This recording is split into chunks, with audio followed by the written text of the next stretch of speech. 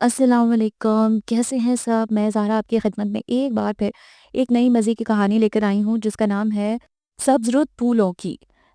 یہ آیا تھا اپریل 2004 میں اور اس کی رائٹر ہیں اقرا صغیر احمد مرحومہ، اللہ تعالیٰ انہیں جنت میں جگہ دے۔ اور مزے کی سٹوری ہے، آفٹر میرج کہانی ہے۔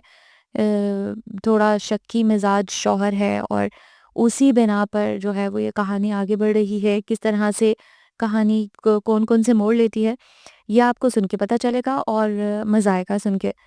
چلیں اب کہانی کی طرف جاتے ہیں، لیکن اس سے پہلے جو ہے وہ آپ سبسکرائب ضرور کر دیجئے اس چینل کو۔ اگر آپ نے مزے مزے کی کہانیاں سننی ہے روز تو اس چینل کو سبسکرائب کرنا لازم ہے۔ چلے چلتے ہیں کہانی کی طرف۔ ماحول میں ازحد لطیف خون کی رچی ہوئی تھی، پر نور روشنی ہر سمت پھیلی ہوئی تھی۔ بہت روح پرور پرکیف سحر انگیز فضا تھی۔ اس نے گہری سانس لے کر تازہ ہوا کو چند لمحے اندر سونگھا تھا۔ اوس سے بھیگا سبزہ خوبصورت پھولوں کی پنکھڑیوں پر چمکتے شبنم کے قطرے موتیوں کی مانند لگ رہے تھے۔ درختوں پر بیٹھی چڑیاں رب کی حمد و ثنا میں مصروف تھیں اور ان کی میٹھی خوبصورت چہکاروں سے سما گونج رہا تھا۔ اس نے سلیپر سے پاؤں آزاد کیے اور گھاس پر ننگے پاؤں چلنے لگی۔ نرم نرم نم آلود گھاس نے ایک سرد لطیف سی لہر پورے وجود میں دوڑاتی تھی۔ بہت فرحت بخش احساس رگ و پہ میں سکون بن کر اترا تھا۔ دل و دماغ پر چھائی افسردگی کی گرد جھڑنے لگی تھی۔ آہت کے ناقابل فہم رویے اور ناروا سلوک کی تلخی کا اثر کچھ کچھ زائل ہونے لگا تھا۔ وہ پہلے ایسا نہ تھا، نامعلوم اب ایسا کیوں ہو گیا تھا۔ بیزار کن سوچیں پھر حملہ آور ہونے لگیں تو اس نے ذہن کو بالکل ہی خالی چھوڑ دینے کا فیصلہ کیا اور گہرے گہرے سانس کے ذریعے ماحول کی تازگی اپنے اندر بھرنے لگی۔ صبح بخیر مسکان بیٹا۔ اسی دم سرمئی ٹریک سوٹ میں واک سے واپس آئے ہوئے اظہر چچا کی نگاہ اس پر پڑی تو وہ مسکراتے ہوئے وہیں چلے آئے۔ السلام علیکم انکل، صبح بخیر۔ اس نے مسکراتے ہوئے آگے بڑھ کر سلام کیا تو انہوں نے جواب دیتے ہوئے شفقت سے اس کے سر پر ہاتھ رکھا تھا۔ احسن سے ملاقات ہوئی؟ احسن؟ کب آیا وہ؟ اس کے چہرے پر خوشگوار حیرت پھیل گئی۔ رات پہنچا ہے، موسم کی خرابی کے باعث فلائٹ بہت لیٹ تھی۔ اچھی طرح خبر لیتی ہوں اس کی۔ فارسٹ آفیسر کیا بن گیا، خود کو پاکستان کا کنگ سمجھنے لگا ہے۔ کسی سے ملنے کا ٹائم بھی نہیں ہے، ابھی جا کر پوچھتی ہوں۔ مسرت و غصے کا امتزاج اس کے چہرے کو دلکش بنا رہا تھا۔ اظہر صاحب خوش دلی سے مسکرا کر گویا ہوئے، ہاں ہاں ضرور خبر لو اس نالائق کی، اتنا اچھا موقع ضائع کر کے اب آیا ہے۔ وہ تو پہلے ہی اس کی اچانک آمد کا سن کر بے قرار ہو رہی تھی۔ انکل کی بات پر تیزی سے ان کے پورشن کی طرف بڑھی تھی۔ آنٹی انکل کے لیے جوس بنا رہی تھی۔ احمد ایکسرسائز سے فارغ ہوا تھا۔ اس کا بہتا پسینہ کڑی مشقت کی داستان سنا رہا تھا۔ آنٹی نے مسکرا کر اس کے سلام کا جواب دیا تھا، ساتھ ہی جوس پینے کی آفر بھی کی۔ وہ صبح بیڈ ٹی کی عادی تھی، سو انکار کرتی ہوئی آگے بڑھی۔ آپ ہی آپ کے مجرم آ گئے ہیں، چاہیں تو میں بھی آپ کی مدد کر سکتا ہوں۔ مجھے دلی مسرت ہوتی ہے ایسے کار خیر میں حصہ لیتے ہوئے۔ احمد شرارت سے مسکراتا ہوا شوخی سے بولا، نو تھینکس، میں خود ہی کافی ہوں، بڑا دم ہے میرے ہاتھوں میں۔ وہ کہتی ہوئی اوپر تیزی سے سیڑھیاں چڑھنے لگی۔ احمد کا زوردار قہقہا گونج اٹھا۔ کمرے کی فضا گرم تھی، وہ مزے سے نرم گرم کمبل میں بے خبر سو رہا تھا۔ وہ دبے پاؤں اٹیچڈ باتھ کی طرف بڑھی تھی، وہاں سے جگ بھر کر پانی لانے میں اسے چند سیکنڈ لگے۔ پھر مسکان نے پھرتی سے اس کا کمبل ایک ہاتھ سے کھینچ کر دوسرے ہاتھ میں پکڑا، جگ اس پر انڈیل دیا تھا۔ احسن جو بے خبر سو رہا تھا اس اچانک افتاد پر ہڑبڑا کر اٹھا تھا۔ ٹھنڈا ٹھنڈا پانی ایسا ہی لگا تھا جیسے تیزاب۔ اوف، یہ کیا بےہودگی ہے! وہ جی جان سے کانپ اٹھا تھا۔ او ہو، یادداشت کے ساتھ ساتھ تمہاری آنکھیں بھی خراب ہو گئی ہیں۔ وہ ایک ہاتھ کمر پر رکھ کر بولی، میری یادداشت خراب ہے نہ آنکھیں، البتہ تمہارا دماغ ضرور خراب ہو گیا ہے۔ وہ چھلانگ مار کر بیڈ سے اترا تھا اور تیزی سے باتھ روم میں داخل ہوا تھا۔ چند لمحوں کے بعد وہاں سے برآمد ہوا تو نہ صرف ڈریس بدلا ہوا تھا بلکہ منہ ہاتھ دھو کر بال بھی سنوارے گئے تھے۔ بیٹھو، بہت ساری باتیں کرنی ہے تم سے۔ وہ اس کا ہاتھ پکڑ کر صوفے پر قریب بٹھاتے ہوئے گویا ہوا، نہیں کرنی مجھے تم سے کوئی بات، تم بہت دھوکے باز، فراڈی اور بے حس ہو۔ اس نے اسے دو مکے جڑتے ہوئے منہ پھلا کر کہا، واہ، کیا کیا ہے میں نے؟ احسن جو اس سے ابھی ناراضگی کی توقع کر رہا تھا، جانتے بوجھتے معصوم بن کر استفسار کرنے لگا، جیسے اتنے معصوم ہی تو ہو، بنو مت۔ اچھا، بنا ہوا پہلے سے ہوں، اب کیا بنوں گا بھائی؟ جواباً اس نے اس کے بال مٹھی میں جکڑ کر چھوڑ دیے۔ میری شادی میں کیوں نہیں آئے تھے؟ کتنا انتظار کیا تھا میں نے، آخری پل تک میں تمہاری راہ تک رہی تھی۔ بولو کیوں نہیں آئے تھے؟ بس یار کچھ ایسے مسئلے آن پڑے تھے جن سے گلو خلاصی ہزارہ کوشش کے باوجود نہ ہوئی، اور تم جو مجھے اتنا غصہ دکھا رہی ہو، تو یہ بتاؤ میرے نہ آنے سے کیا فرق پڑا؟ تمہاری شادی تو ہو گئی نا؟ بہت شوق چڑھا تھا تمہیں شادی کا، مری جا رہی تھی اس گھونچو سے شادی کرنے کو، کون سا میرا تم نے انتظار کر لیا؟ دم نکل رہا تھا تمہارا اس گدھے کی مسز بننے کے لیے، تمہیں میری پرواہ بھی کہاں تھی؟ اب باتیں بنا رہی ہو، بکواس مت کرو، پکے بدتمیز ہو۔ مسکان نے اس کے ایک ہاتھ جڑا۔ واہ، اتنا جلال، اور وہ بھی اس الو کے لیے! تھوڑے ہی دنوں میں اس قدر محبت کرنے لگی ہو اس اونٹ سے؟ اس کے انداز میں حیران کی بھری ستائش تھی۔ پھر وہی بکواس کی، میں سر پھاڑ دوں گی تمہارا۔ اچھا اس طرح آنکھیں مت پھاڑو، پوری بھینس لگ رہی ہو۔ یہ بتاؤ عزت مآب عالی مقام جناب ازہد محترم جناب آحد وارسی صاحب بخیریت ہیں؟ اس وقت وہ یقیناً سپنوں کی وادیوں کی سیر کر رہے ہوں گے، اور آنکھ کھلتے ہی تمہاری موہنی صورت کے دیدار کی تمنائی ہوں گے۔ تمہیں نہ پائیں گے تو کیا گزرے گی ان کے دل پر؟ تمہیں ذرا بھی خیال نہیں عاشق بامراد کا؟ کتنی بے فکر بیوی ہو، جانتی نہیں ہو محبت کے تقاضے، چاہت کی بے قراریاں؟ بکواس مت کرو۔ اس کے شوق انداز پر وہ لجا کر رہ گئی۔ میں بکواس کیوں کرنے لگا؟ وہ دیوانہ ہے تمہارا، اور تمہیں ایسے مجنوں شور کی دیوانگیوں کا خیال رکھنا چاہیے۔ وہ اپنی صبحوں کا آغاز تمہارے چہرے سے ہی کرنا چاہتا ہوگا۔ آج کی صبح تمہیں دیکھے بنا ہو گئی تو سوچو اس مظلوم کا سارا دن کیسے گزرے گا۔ پیار کرنے والوں کو ایسی چھوٹی چھوٹی معمولی باتوں کا بڑا دھیان رکھنا چاہیے۔ چلو جاؤ، خیال رکھو اس کا، اس طرح غفلت مت برتو۔ تمہیں دادی اماں بننے کی ضرورت نہیں ہے، سمجھے؟ یہ بتاؤ تم آئے کیوں نہیں تھے؟ کتنا انتظار کیا تھا؟ اسے معلوم تھا وہ اسی طرح اس سے زج کر دینے والی باتیں کرے گا۔ یہ اس کا بہترین مشغلہ تھا، اپنی فضول اول جلول باتوں سے سب کو تنگ کر دینا۔ اس وقت بھی یہی ہوا تھا۔ وہ آئی تو اس کی خبر لینی تھی، مگر درگت وہ بنا رہا تھا۔ حسب معمول وہ تب گئی تھی۔ یار میں نے تو پوری تیاری کر لی تھی کہ اچانک میرے کولیگ سمی بٹ کو حادثہ پیش آ گیا۔ اس کی کار ٹرالر سے جا ٹکرائی تھی، دماغ پر گہری چوٹ آئی تھی، جس کے باعث وہ 1 ہفتہ ICU میں رہا تھا۔ میرے علاوہ کسی اور سے اس کی دوستی نہ تھی۔ ایسی حالت میں میں کس طرح اسے چھوڑ کر آتا؟ اس کی بے ہوشی کے دوران اس کے گھر والوں کو بھی میں اطلاع نہ دے سکا کہ اس کی رہائش گاہ کا ایڈریس مجھے معلوم نہ تھا۔ صرف یہ جانتا تھا کہ آزاد کشمیر سے وہ تعلق رکھتا ہے۔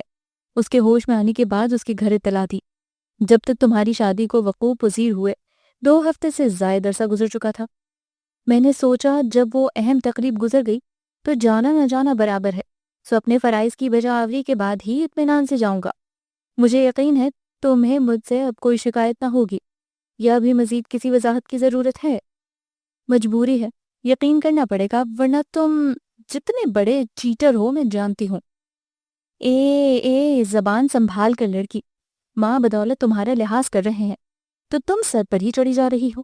اگر میرے آنے کی اتنی آرزو تھی تو ملتوی کروا لی ہوتی رخصتی، کرتی میرا انتظار، لیکن نہ بھائی، آج کل صرف اور صرف زبانی ہمدردی جتانے کا شوق ہے، عملی ثبوت کوئی نہیں دیتا۔ شکل دیکھ کر دوست یاد آ رہا ہے، وفاداری کے تقاضے ازبر کرائے جا رہے ہیں۔ ویسے مجھ مسکین کا گزر تو تمہارے خیال و خوابوں میں بھی نہ ہوا ہوگا، جب ہی اتنے عرصے میں تمہیں ایک میل تک بھیجنا نصیب نہیں ہوا، نہ فون کرنے کے لیے تمہارے ہاتھ اٹھے۔ اس سے قبل تو تم چیٹنگ کر کے دماغ خراب کر دیا کرتی تھی۔ اس نے ایک دم ہی پینترا بدلا تھا اور لڑاکا عورتوں کی طرح ہاتھ چلا چلا کر منہ بنا کر بول رہا تھا۔ اس کے انداز پر بے ساختہ ہنسی آ رہی تھی۔ تمہاری بکواس کرنے کی انرجی خاصی سٹرونگ ہو گئی ہے۔ ہاں میری باتیں تو تمہیں اب بکواس ہی لگیں گی۔ اس گدھے کی صحبت کا اثر تو آنا ہی ہے۔ وہ ایک بلا کا ڈھیٹ تھا۔ تم آحد کو کچھ نہیں کہو گے، ورنہ مجھ سے برا کوئی نہ ہوگا۔ وہ غرائی تھی۔ اوہو اللہ رے، اتنی محبت کیا گھول کر پلا دیا اس انسان نما گدھے نے تمہیں؟ تم اتنی بدل گئی، حیرت ہے مجھے۔ اس چغت کے لیے تم مجھ سے جھگڑ رہی ہو؟ مجھ سے؟ میں جو تمہارا کلوز فرینڈ ہوں، اور اتنی دور سے صرف تمہیں مبارکباد دینے کی خاطر آیا ہوں۔ اپنی مبارکباد تو اپنے پاس رکھو۔ میں تو سمجھی تھی اتنے عرصے بعد آئے ہو تو سدھر گئے ہوگے، اور میرے پرائے ہونے کے احساس نے تمہیں مجھ سے اچھی اور سنجیدگی سے باتیں کرنے کی سمجھ دی ہوگی، لیکن تم کتے کی دم ہو جو کبھی سیدھی نہیں ہو سکتی۔ آتے ہی تم نے دل جلانے والی باتیں شروع کر دیں اور مسلسل آہت کی شان میں بھی گستاخی کر رہے ہو۔ اوہو، شان میں گستاخی؟ وہ تمہارا شوہر ہے یا دادا ابا؟ احسن اس کی بات کاٹ کر قہقہ لگا کر بولا تو وہ تلملا اٹھ گئی۔ تم تم کبھی نہیں سدھرو گے، ایسے ہی گدھے بلکہ لنگور بنے رہو گے۔ میں ہی پاگل تھی جو تمہاری محبت میں سنتے کے ساتھ ہی بھاگی چلی آئی۔ اس زرافے کے علاوہ بھی تم کسی اور سے محبت کر سکتی ہو؟ اس کا انداز بدستور چڑھانے والا تھا، ہونٹوں پر شریر مسکراہٹ، آنکھوں میں شوخی۔ تم خود الو، گدھے، لومڑ، بھالو۔ وہ غصے سے بولتی ہوئی چلی گئی۔ احسن کے دل جلانے والے قہقہوں نے دور تک اس کا پیچھا کیا تھا۔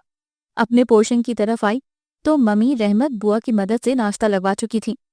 پاپا اور احد بیٹھے اخبار کا مطالعہ کر رہے تھے۔ رحمت کو تمہیں بلانے بھیج ہی رہی تھی، آ جاؤ ناشتہ ٹھنڈا ہو رہا ہے۔ ممی اسے دیکھ کر شفقت سے بولی۔ وہ پاپا کو سلام کرتی ہوئی ممی کی برابر والی چیئر پر براجمان ہوئی تھی۔ احد کے برابر کی چیئر خالی تھی جس پر ابھی امیرہ آ کر بیٹھی تھی۔ احد کی شعلہ باز نگاہوں سے وہ حسب عادت خائف ہو گئی تھی جو اخبار کی اوٹ سے اس کی جانب اٹھ رہی تھی۔ اسی وجہ سے وہ اس کے برابر نہیں بیٹھی تھی۔ کہاں گئی تھی تم؟ بالآخر وہ اخبار رکھ کر صد مہری سے گویا ہوا۔ بھابھی صبح ہی صبح لون کے علاوہ کہاں جا سکتی ہیں؟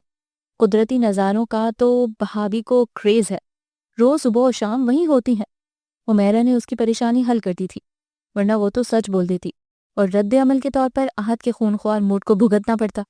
اس نے رات کو بھی تو منع کیا تھا کہ وہ بھاگ بھاگ کر بار بار انکل کے نہ جایا کرے، اور اس نے اس پابندی کی وجہ دریافت کی تو غصے سے بولا وہ پہلے اس گھر کی بیٹی تھی، اب بہو ہے، اور بہوؤں کو بہت عزت و وقار سے رہنا چاہیے، اور اس کا دل شدت سے چاہا تھا کہ کہہ دے وہ اس کی حد کا تعین کیوں کر سکتا ہے، جبکہ ممی یعنی ساس نے ایسی کوئی قدغن نہ لگائی تھی، مگر اس کی خوشمگی نگاہوں اور بگڑے موڈ نے آواز سلب کر لی تھی۔ تمہیں کب اپنی ذمہ داری کا احساس ہوگا؟ ممی کچن میں ہوتی ہیں صبح و شام اور تم نظاروں میں گم ہوتی ہو۔ اس نے اسی لہجے میں سب کے سامنے سرزنش کی۔ بچی ہے ابھی یہ، ذمہ داری اٹھانے کی عمر ہوگی تو خود بخود سنبھال لے گی، پاپا نے خوشگوار لہجے میں کہتے ہوئے ناشتے کا آغاز کیا تھا۔ تمہیں فکر کرنے کی ضرورت نہیں ہے، مجھے گھر کے کام کر کے طمانیت محسوس ہوتی ہے، اور پھر میرے نزدیک امیرہ اور مسکان میں کوئی فرق نہیں ہے۔ ممی بھی اس کے چہرے پر پھیلتی شرمندگی دیکھ کر جلدی سے گویا ہوئی۔ ممی، میں نے تو سنا ہے بہو اور بیٹی ایک نگاہ سے نہیں دیکھی جاتی۔ بیٹی کی طرح بہو کو نہیں سمجھا جاتا، امیرہ شرارت سے کہہ اٹھی۔ میرے خیال میں احمق ہیں وہ ساسیں جو ایسا منافقانہ رویہ اپناتی ہیں۔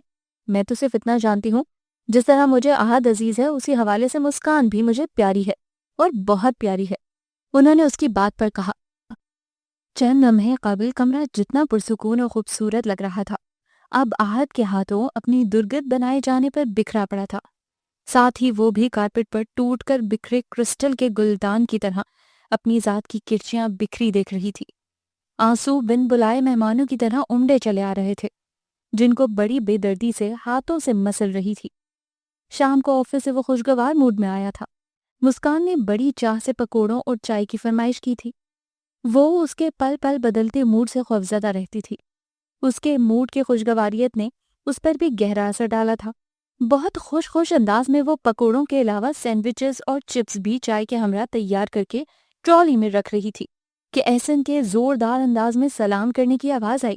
کیچپ کی بوتل رکھتے ہوئے اس کے ہونٹوں پر خفیف سی مسکراہٹ پھیل گئی۔ صبح اس کی باتوں پر کس طرح غصے سے اٹھ کر چلی آئی تھی، حالانکہ جانتی تھی وہ سب مذاق تھا۔ اسے زج کر کے وہ اسی طرح لطف اندوز ہوا کرتا تھا۔ ہر دفعہ کی طرح اس دفعہ بھی وہ اس کی بکواس پر آپے سے باہر ہو گئی تھی، لیکن اب خود سے کیا گیا یہ عہد ٹوٹ گیا تھا کہ وہ کبھی اس کی باتوں کی پرواہ نہیں کرے گی۔ احسن کبھی بھی سدھرنے والا نہ تھا۔ آہا آہا، بڑی دل نواز خوشبو آ رہی ہے پکوڑوں کی۔ کیا پکوڑے بن رہے ہیں آنٹی؟ اس کی بھانڈ جیسی آواز بخوبی کچن تک آ رہی تھی۔ ہاں بیٹھو بیٹا، ابھی مسکان لے کر آ رہی ہے۔ وہ محبت سے گویا ہوئی۔ اس کے کچن سے نکلنے سے قبل ہی احد لیونگ روم میں آ گیا تھا، اور احسن کو وہاں بیٹھے دیکھ کر لمحے بھر کو اس کی آنکھوں میں سرجابیت چمک ابھر کر معدوم ہوئی تھی۔ فراخ پیشانی پر ناگواریت کا اظہار کرتی شکنیں پھیل گئی تھیں۔ بے حد خوشگوار موڈ سرد سنجیدگی میں ڈھل گیا تھا۔ یہ سارا عمل لمحوں میں ہوا تھا۔ اندر ٹرالی لاتی مسکان نے سب محسوس کیا۔ اور اس کے اندر بے نام سی کھلبلی مچ گئی۔ آؤ آؤ نوشے میاں، دلہا راجا بہت بہت مبارک ہو اس حسین بندھن میں بندھ جانا۔ اس کے اندر داخل ہوتے ہی آنٹی کے پاس بیٹھا احسن ایک جست میں اس کے قریب پہنچ کر بڑی گرم جوشی سے گلے مل رہا تھا۔ آنٹی کے پاس ٹرالی کڑی کرتے ہوئے وہ دیکھ رہی تھی۔ احسن کی گرم جوشی اور محبت کے جواب میں آہت کا انداز بہت روکھا اور سپاٹ تھا۔ کیا چھانٹ کر لڑکی پسند کی ہے تم نے، ہمارے خاندان کا A1 پیس۔ وہ صوفے پر بیٹھتے ہوئے مسکان کی جانب دیکھتا ہوا بولا۔ تمہیں افسوس ہوا ہے؟ عام سا لہجہ، شگفتہ انداز، لیکن پیشانی کی شکنے، نگاہوں سے حویدہ شکوک و شبہات کی سرخی مسکان سے پوشیدہ نہ رہ سکی۔ وہ سن ہو کر رہ گئی، جسم کا ہر عضو آنکھ بن گیا آہت کا جائزہ لینے کے لیے۔ ارے بھائی، مجھے کیوں افسوس ہوگا، بلکہ میں نے خوب خوشیاں منائی تھی کہ خاندان کی سب سے بدصورت، بدسلیقہ، بدمزاج لڑکی ٹھکانے لگ گئی۔ وہ اس کی جانب دیکھتا ہوا شرارت بھرے لہجے میں کہنے لگا تو اسے کرارا سا جواب دینے کو مچلتی طبیعت کو نظر انداز کر کے خاموشی سے لوازمات سرد کرنے لگی۔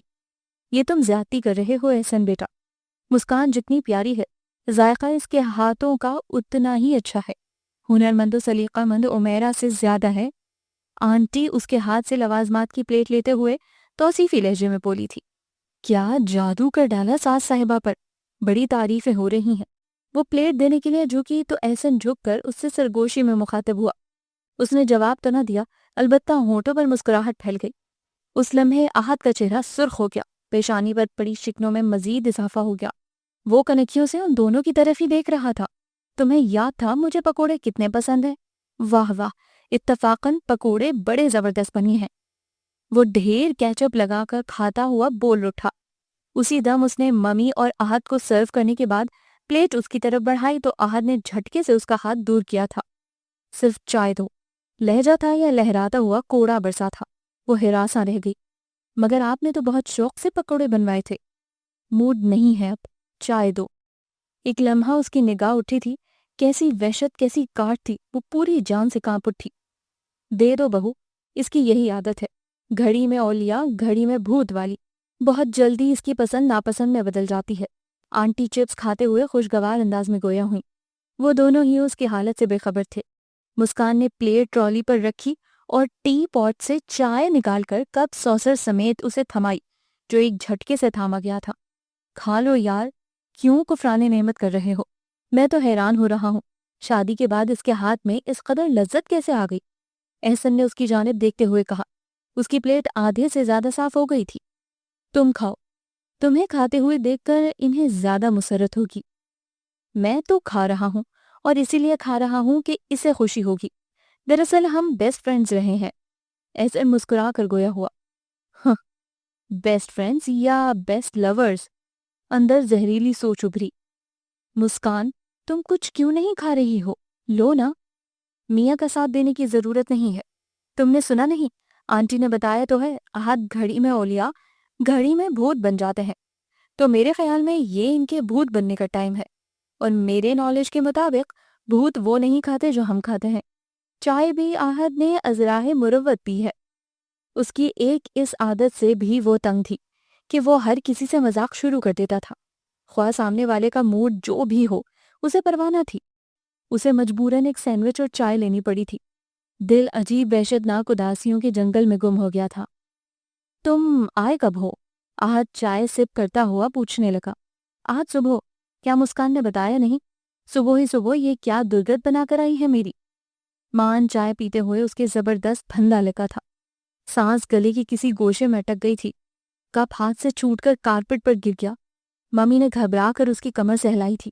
وہ دونوں بھی خاموش ہو کر اس کی جانب دیکھنے لگے تھے۔ کافی دیر بعد اس کی طبیعت بہتر ہوئی تھی۔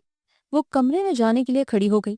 وہ جس بات کی نہ ہونے کی دعا مانگ رہی تھی، وہی بات ہو گئی تھی۔ اس نے دانستہ آہت کی طرف دیکھنے سے گریز کیا تھا۔ آرام کرو، عمیرہ کوچنگ سے آ رہی ہوگی، وہ یہ سمیٹ لے گی۔ Are you okay? سہارا دے کر کمرے تک لے کر چلوں؟ احسن اس کی اڑی اڑی رنگت و بدحواسی دیکھ کر فکر مندی سے گویا ہوا۔ نہیں، میں ٹھیک ہوں، دراصل گرم چائے پینے کی عادی نہیں ہوں، بے دہانی میں گھون بھرنے سے ایسا ہوا ہے، کچھ دیر آرام کروں گی، ٹھیک ہو جاؤں گی۔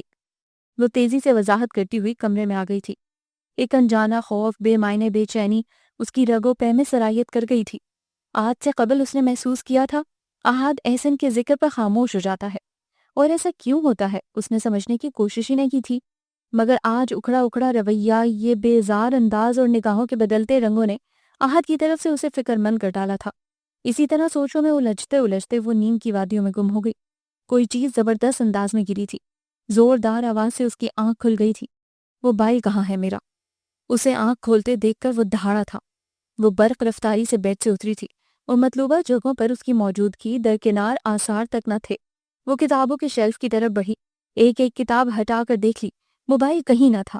احد کی گھورتی نگاہوں نے اس کے رہے سہے اوسان بھی خطا کر ڈالے تھے۔ آخر کہاں چلا گیا؟ تم سے کوئی چیز میری سنبھال کر رکھی نہیں جا سکتی؟ ہاں، تمہاری نظروں میں میری اوقات ہی کیا ہے جو تم میرا یا میری چیزوں کا دھیان رکھو؟ اس نے شدید غصے میں بولتے ہوئے تمام درازیں ایک ایک کر کے کھینچ لی۔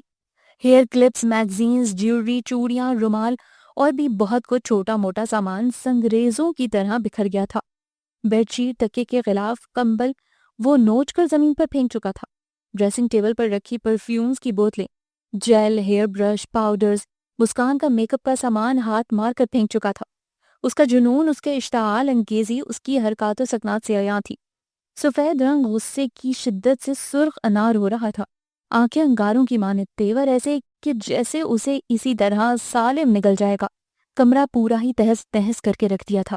ہر شے کی تلاشی لینے کے بعد وہ ایک سائیڈ پہ کھڑی کانپتے وجود سے اس کی طرف دیکھ رہی تھی۔ موبائل کہیں نہیں ملا تھا۔ وہ ڈر رہی تھی، نامعلوم اب کیا سزا دے گا۔ اس کے تیور خطرناک تھے۔ محسوس ہو رہا تھا سامان کے بعد اب اس کے ٹوٹنے کی باری آنے والی ہے۔ اس نے گھوم کر ایک لاٹ ٹیبل کو ماری تھی۔ ٹیبل کے شیشے کے ساتھ اس پر رکھا ہوا کرسٹل کا گلدان زوردار چھناکے سے ٹوٹا اور اس کا دل جیسے لمحے بھر کو دھڑکنا بھول گیا تھا۔ خوف و دہشت سے وہ لرز گئی۔ یہیں رکھ کر گیا تھا میں، مجھے بتاؤ کہاں گیا وہ؟ کمرے کو خوب کباڑ خانہ بنانے کے بعد وہ اس سے مخاطب ہوا تھا، خون خوار لہجے میں۔ وہ پہلے ہی خوف و دہشت سے ادمری ہوئی جا رہی تھی، اب اسے مکمل طور پر اپنی جانب متوجہ دیکھ کر گھبراہٹ اور بوکھلاہٹ کا شکار ہو گئی۔ مجھے نہیں معلوم کہاں گیا موبائل، میں نے اسے دیکھا بھی نہیں ہے، اور میں آپ کی ہر چیز بڑی حفاظت سے رکھتی ہوں۔ آج تو سارا دن میں کمرے میں نہیں آئی، انکل کی طرف گئی ہوئی تھی۔ اس نے قدرے بوکھلا کر وضاحت کی۔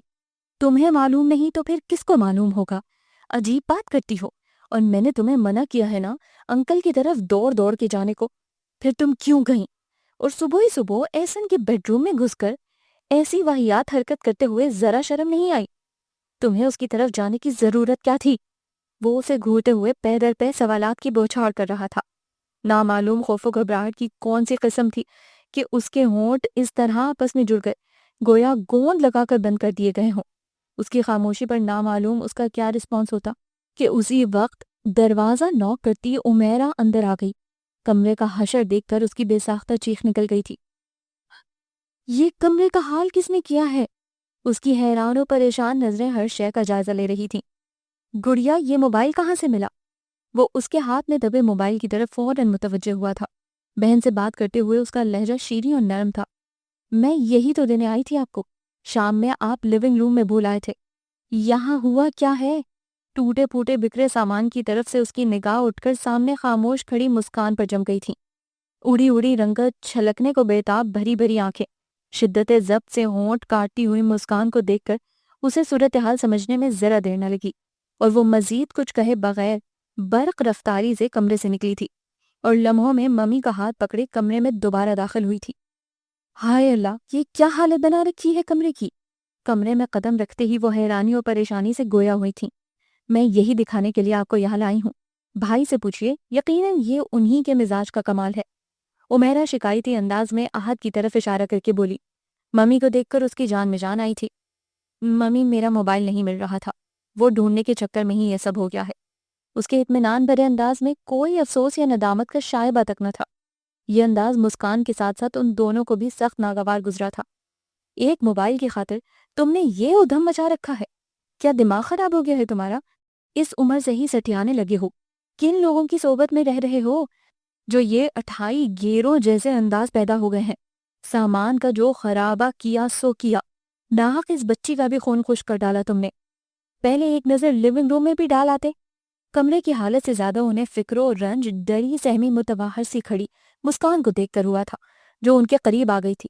کچھ دیر کے لیے میں تمہارے چچا کی طرف چلی گئی تھی، ورنہ عمیرہ اسی وقت لیونگ روم کی صفائی کرتی تو موبائل تمہیں دے جاتی۔ اب اپنے غصے پر قابو پانا سیکھو، اس طرح زندگی گزرنے والی نہیں ہے۔ ممی اس وقت پورے جلال میں آ چکی تھی۔ وہ خاموشی سے کمرے سے نکل گیا تھا۔ وہ جو اس کے خوف سے آنسو ضبط کیے کھڑی تھی، اس کے باہر نکلتے ہی آنسوؤں پر لگا ضبط کا پہرہ ٹوٹ گیا اور وہ دونوں ہاتھوں سے چہرہ ڈھانپ کر شدتوں سے رو پڑی تھی۔ ارے ارے، رو مت، نامعلوم کیا ہو گیا ہے اسے؟ اتنا غصہ، اتنی انتہا پسندی اس کے مزاج کا حصہ نہیں تھی۔ اس کے اندر نامعلوم کیسے بھر گئی ہے؟ ورنہ میرا بچہ تو قدم بھی بے آواز اٹھاتا تھا۔ اس کے آنسو صاف کرتے ہوئے ان کے لہجے میں بھی ازحد پریشانی اور فکر مندی تھی۔ عمیرہ اسے روتے دیکھ کر خود بھی رو پڑی تھی۔ انہوں نے دونوں کو سینے سے لگا کر خاموش کروایا تھا، پھر انہوں نے مل کر کمرہ صاف کیا تھا۔ توڑ دیتے ہیں آس کے رشتے، غم کے عنوان نکھار دیتے ہیں، لوگ بھی کس قدر ستمگر ہیں، پھول مانگو تو خار دیتے ہیں۔ حساس وہ بہت تھی، اور اب آہت کا غیر متوقع انداز اسے اذیت میں مبتلا کیے ہوئے تھا۔ اس کا جنونی غصہ کبھی بھی اس کی پرسنالٹی کا حصہ نہ رہا تھا۔ وہ کم گو سنجیدہ رہنے کا عادی تھا۔ نہ جانے وہ ایسا کیوں ہو گیا تھا، بے انتہا بے حس و بے مروت، بے رحم۔ غصہ تو جیسے اس کے مزاج کا تعارف بن گیا تھا۔ صبر، ضبط، برداشت کا مادہ بالکل بھی نہ رہا تھا۔ بات بات پہ آپے سے باہر ہو جاتا اور پھر جو چاہتا کہنے لگتا۔ وہ حیران و خوفزدہ اس کا رنگ بدلتا چہرہ تکے جاتی۔ اس کے سان و گمان میں بھی نہ تھا کہ وہ اس کی ایسی عزت افزائی کرے گا۔ معمولی باتوں پر تمام لحاظ بالائے طاق رکھتے۔ اس کے کومل کومل احساسات کو یوں کند چھری سے ذبح کرے گا۔ وہ اپنے آنچل میں ڈھیروں آرزوؤں کے گلاب لائی تھی۔ خواہشوں کے کنول آہد نے ہی اس کے دامن میں بھرے تھے۔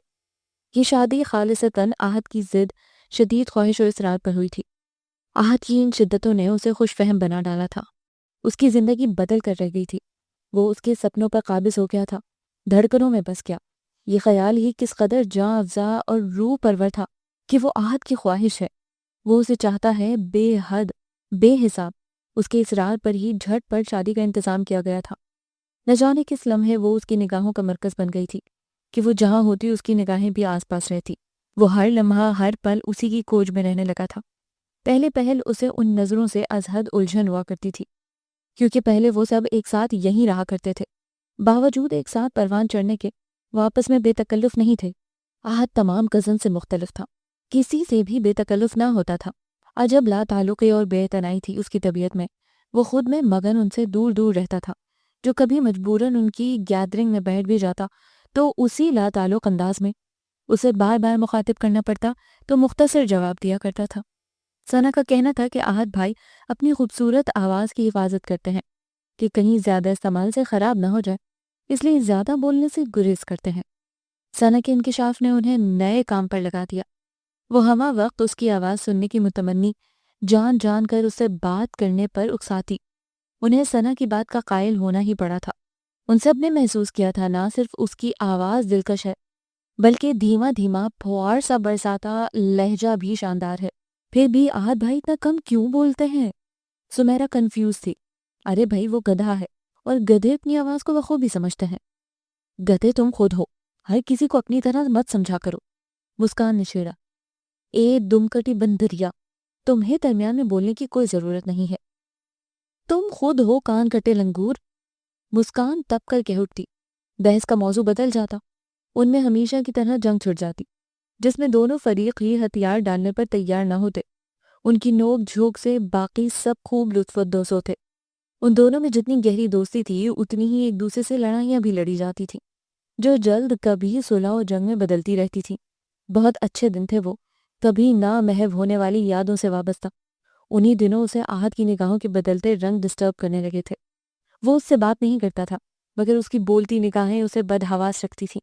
انہی دنوں ڈیڈی اور ماما بھائی اور بھابھی کے پاس سائپرس جانے کی تیاریاں کر رہے تھے۔ وہ بھی خوش تھی ملک سے باہر جانے کے خیال سے، اور اس کا یہ خیال محض خیال ہی رہا۔ ان کے سائپرس جانے میں 2 ہفتے باقی تھے۔ ماما اور ڈیڈی کے ویزے مل گئے تھے۔ ان کے ویزے میں نہ جانے کیا تاخیر تھی۔ ڈیڈی اسلام آباد جانا ہی چاہتے تھے کہ رات کو چچا اور چچی، جن کو شادی کے بعد آہد کے حکم پر ممی پاپا کہنے لگی تھی، چھوٹے چچا اور چچی کے ساتھ آئے اور گزارش کی کہ سائپرس جانے سے قبل مسکان کو ان کی جھولی میں ڈال دیں۔ فیصلہ بالکل بر وقت کرنا تھا۔ ماما ڈیڈی نہیں مان رہے تھے۔ وہ رخت سفر باندھ چکے تھے۔ اپنی رہائش گاہ جو ان کے برابر والی تھی وہ فروخت کر چکے تھے۔ طویل عرصہ سائرس میں اپنے بیٹے بہو کے ساتھ گزارنے کا ارادہ تھا۔ پھر جو کہتے ہیں جذبے صادق ہوں تو منزل مل ہی جاتی ہے۔ نامعلوم کیا کیا جتن کر کے اسے اپنا بنا لیا تھا۔ وہ جو دوسرے دیش جانے کے خواب دیکھ رہی تھی، کسی خوبصورت خواب کی حسین تعبیر کی طرح پیا کے دیش چلی آئی۔ کم گو سنجیدہ مغرور احد اسے پا کر از حد خوش تھا۔ وہ اپنی ظاہری صفات سے بالکل مختلف تھا۔ اپنے گلشن حیات میں اس نے اس کو بڑی گرم جوشی اور مسرت سے خوش آمدید کہا تھا، کھلے دل سے پذیرائی کی تھی۔ اس کی جنون خیز چاہتوں نے مسکان کے ارد گرد پھول ہی پھول کھلا دیے تھے۔ وہ نیلے آکاش کی بلندیوں پر پرواز کرنے لگی تھی، حسینوں پر بہار سبز و شاداب وادیوں میں سیر کرنے لگی۔ احد کا رویہ بہت اچھا تھا۔ وہ اس کے ساتھ ہنستا، باتیں کرتا، بے حد خیال رکھتا۔ لیکن یہ دن کسی خوبصورت خواب کی طرح جلد گزر گئے۔ نامعلوم اسے کیا ہوا، وہ بالکل بدل گیا۔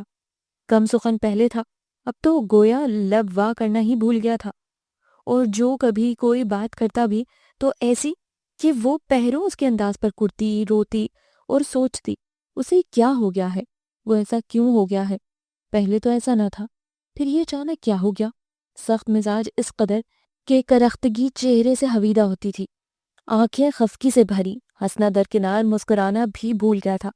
اس کی محبت، چاہت، بے قراری 4 دن کی چاندنی ثابت ہوئی تھی۔ وہ اس کے ہر رویے پر سوچتی اس سے کہاں غلطی ہوئی، کیسی انجانی خطا ہوئی، ایسی کیا کوتاہی ہو گئی جو وہ اسے اکھڑا اکھڑا خفا خفا بیزار رہنے لگا۔ 1000 بار سوچنے کے باوجود بھی اسے اپنی کوئی غلطی یا قصور نظر نہ آیا، جو اس کی مسلسل انتہا پسندی اور اشتعال انگیزی کا شکار بن رہی تھی۔ اس کی وہ 4 دن کی محبت اور چاہت کے ولولے خیز مظاہرے اتنے حیات بخش اور تسکین آمیز تھے کہ اس کی اب یہ بے مروتی، رکھائی اور غصہ اسے گھائل کیے ہوئے تھا۔ وہ کسی بے قرار روح کی مانند ہر لمحہ مضطرب رہا کرتی تھی۔ آج تو اس نے وحشت اور جنون کی تمام حدیں پار کر ڈالی تھیں۔ آنسو خشک ہونے کا نام ہی نہ لے رہے تھے۔ ماما اور رومیرا کتنے پیار سے اس کی دلجوئی کر رہی تھیں۔ آحد کے بدلتے رویے اور گرم مزاجی نے انہیں بھی متفکر کر ڈالا تھا۔ نامعلوم کیا ہو گیا ہے آحد کو، ایسی بدتمیزی اور سندلی کا مظاہرہ کبھی نہ کیا تھا۔ اس کی خاطر کیوں خود کو ہلکان کر رہی ہو؟ اس احمق کو خود احساس نہیں ہے کہ وہ کیا کر رہا ہے۔ بہت جلد ہی اسے معلوم ہو جائے گا، تو دیکھنا خود تم سے معافی مانگے گا۔ شاباش، مسکراؤ، شاباش۔ ایسی چھوٹی موٹی باتوں کو دل سے نہیں لگاتے۔ ایسی باتیں تو ہر گھر کا معمول ہے، اور پھر شوہروں کو تو عادت ہوتی ہے بات بے بات روب جمانے کی، حکم چلانے، بات منوانے کی۔ جب تک مرد ایسی جاہلانہ حرکتیں نہ کرے ان کی حاکمانہ فطرت کو تسکین نہیں ملتی، چین و قرار نہیں آتا۔ ماؤں پر روب ڈال نہیں سکتے، بہنوں کے مہمان ہونے کا خیال ہوتا ہے۔ اب بیوی کے روپ میں عورت ہی ان کی حکمرانی، منمانی، حاکمیت کے زمرے میں آتی ہے، سو دل گھول کر ایسے مظاہرے کیے جاتے ہیں۔ لیکن یہ بات قابل تحسین ہے کہ وہ تمہیں محبت اور اپنائیت بھی اتنا ہی دے گا جتنا غصہ کرتا ہے، اور تم تو ویسے بھی اس کی خواہش ہو، پسند ہو۔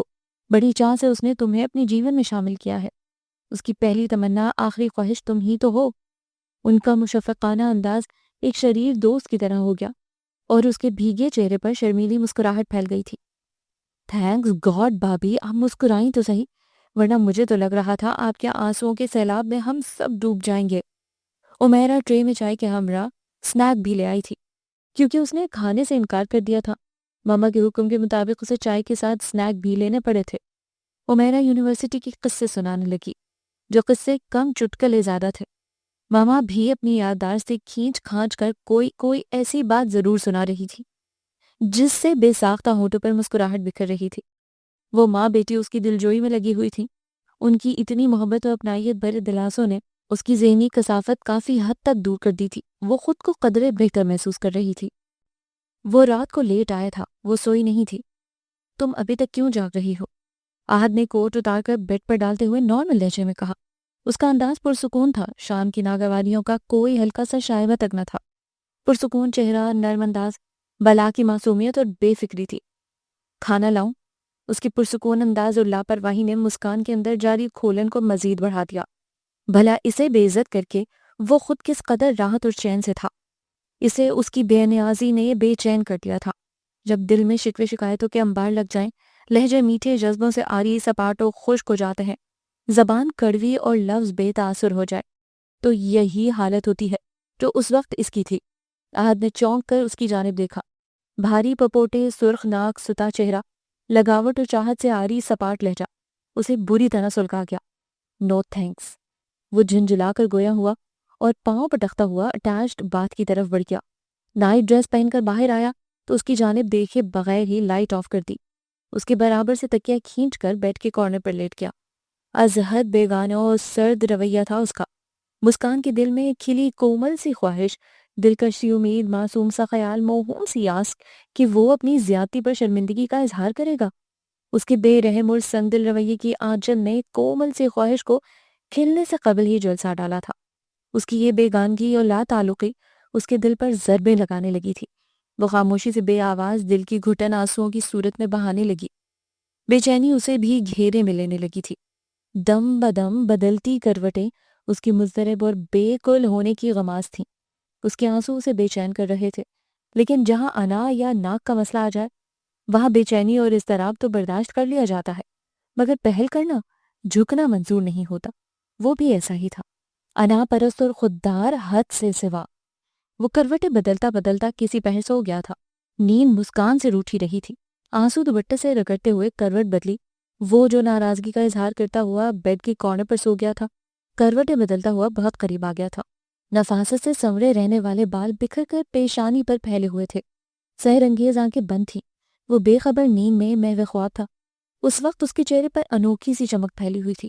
وہ درستگی، وہ سختی جو ہر وقت اس پر سوار رہنے لگی تھی، اس وقت بالکل نہیں تھی۔ وہ بے اختیار اسے دیکھی گئی۔ وہ خاندان کا خوبروح شخص تھا، ہزاروں دلوں کی دھڑکن، سینکڑوں دلوں کی آرزو، لیکن میں نے اسے پانے کی آرزو کی تھی اور اپنا بنا کر چھوڑا تھا۔ کس قدر حیات بخش تھا یہ خیال کہ یہ شخص صرف میرا ہے، اور کیسی جان کنی میں مبتلا کر دینے والی سوچ تھی کہ نامعلوم یہ مجھے پسند کرتا بھی ہے یا نہیں۔ اس کے تیور و انداز تو تمام خوشگمانیوں کو ملیا میٹ کر دینے والے تھے، نہ غیر یقین ہونے دیتے، نہ یقین کی ڈور کو تھامنے دیتے۔ شاید وہ محبت ہی کرتا تھا کہ وہ غیر وطن جاتی جاتی اس کی بنا دی گئی تھی، اور اس کی دھڑکنیں بھی اس کا نام الاپنے لگی تھی۔ وہ اسے اپنا بنا کر بیگانہ بن گیا، نامعلوم کیوں۔ وہ سب لان میں جمع تھے۔ موسم بڑا سہانا ہو رہا تھا۔ ابرآلود آسمان سے شفاف بوندیں موتیوں کی طرح گر رہی تھیں۔ دھیمی دھیمی چلتی ہوئی مست ہوا کے عطر بیز جھونکے، بوندیں جو کچی مٹی پر پڑ رہی تھیں، مٹی بھیگ کر از حد حیات بخش خوشبو لٹا رہی تھی۔ بارش کے قطروں سے دھلے دھلائے پیڑ، پودے، سبزہ سب نکھر گئے تھے۔ سبزے پر کھڑی پھولوں میں گھری سرخ کاٹن کے اسٹائلش سوٹ میں وہ ماحول کا ہی حصہ لگ رہی تھی۔ چہرے کے نقوش اس کے دلکش تھے۔ گندم کی سنہری رنگت میں سرخیاں گھلی ہوئی تھیں۔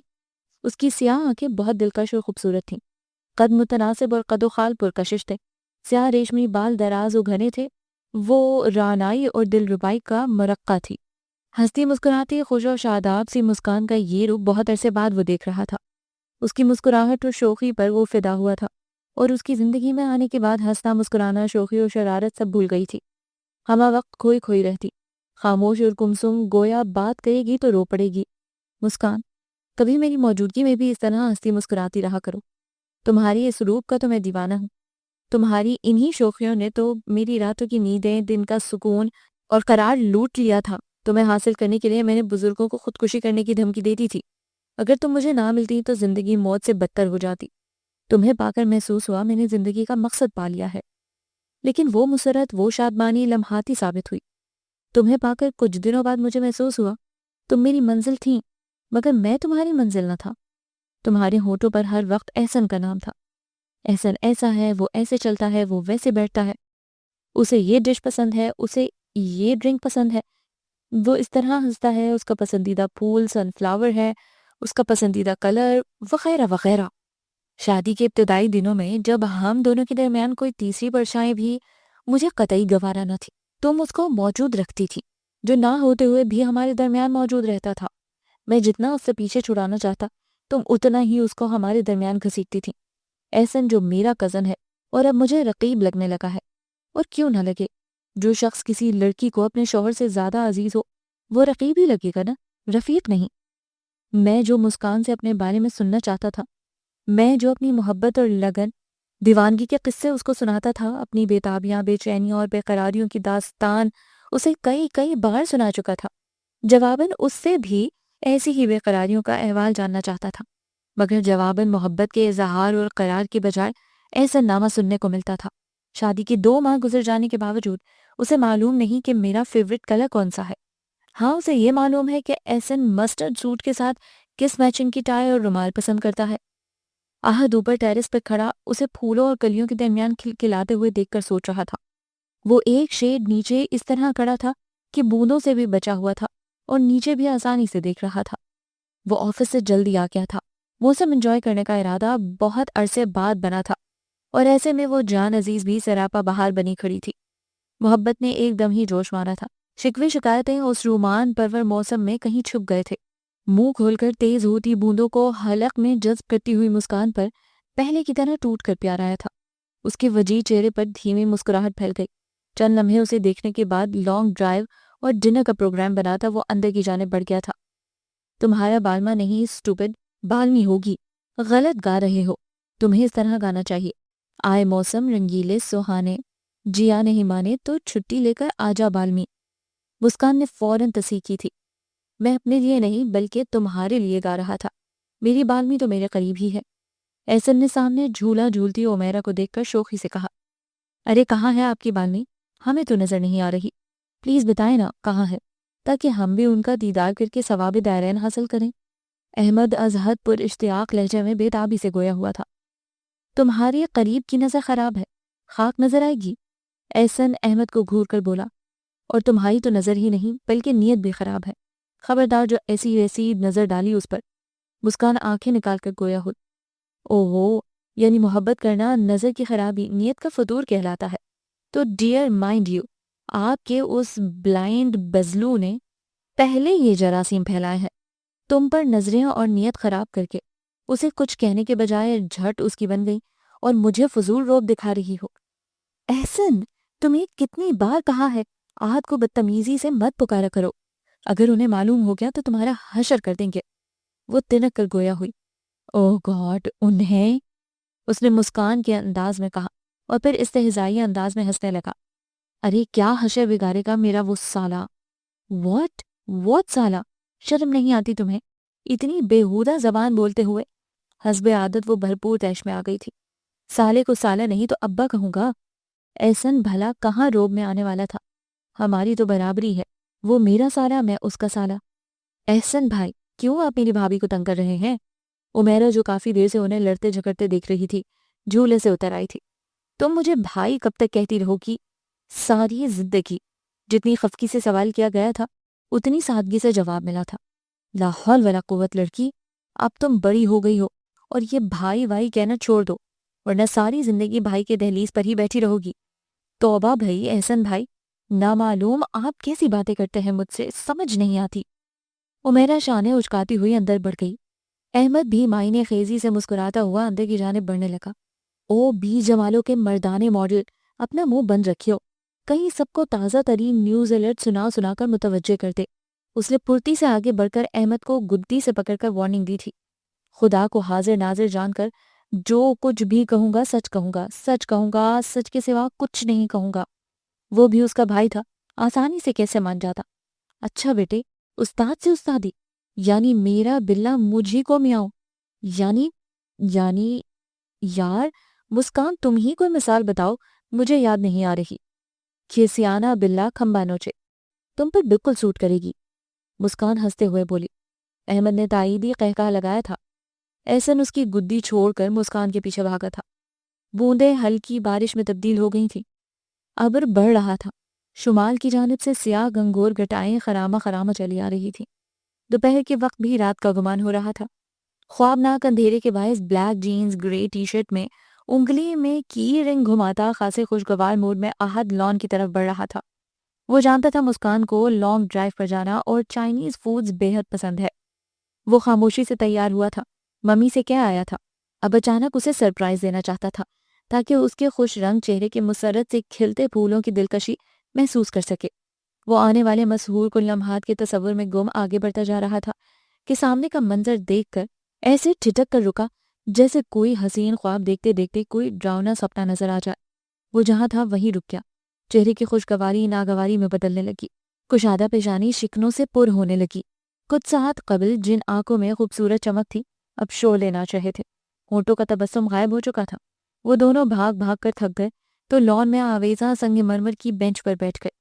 احمد موقع پاتے ہی اندر گھس گیا تھا۔ ہنسنا بند کرو اور اپنی اس کم عقل نند کو میرے جذبوں کی زبان سمجھاؤ۔ عجب سٹوپڈ لڑکی ہے۔ جذبوں کی آنچ نگاہوں کا انداز محسوس ہی نہیں کرتی۔ اپنے بھائی سے کچھ تو اسے سبق لینا چاہیے تھا، جو عشق کی ڈگری حاصل کر چکا ہے۔ بکواس مت کرو، اگر آہت کو معلوم ہوا تو بہت برا ہوگا۔ مسکان کی شوخی بھری تیز آواز اس کی غیرت پر تماچا بن کر لگی تھی۔ کون بتائے گا اسے؟ تم؟ مجھے معلوم ہے تم اتنی بے وقوف نہیں ہو۔ بے وقوف میں ہوں جو سب کچھ اپنی آنکھوں سے دیکھنے کے باوجود اپنی محبت سے شکست کھا کر تمہیں اپنایا، جس کے تم قابل نہ تھی۔ اس کا خون رگوں میں لاوا بن کر دوڑنے لگا۔ وہ دونوں سر جوڑے راز و نیاز میں مصروف تھے، اس کی اس حالت سے بالکل بے خبر۔ جو جنون سے خود پر بمشکل قابو پاتا اپنے کمرے میں آ گیا اور جوتوں سمیت بیڈ پر دراز ہو گیا۔ بارش زور پکڑ چکی تھی اور ساتھ ہی خنکی بھی بڑھ گئی تھی۔ باہر بارش ہو رہی تھی اور اس کے اندر الاؤ بھڑک رہے تھے۔ باہر ٹھنڈو کو سکون تھا اور اس سے ہر سو گھٹن اور بے سکونی محسوس ہو رہی تھی۔ محسوسات بھی کتنے عجیب ہوتے ہیں۔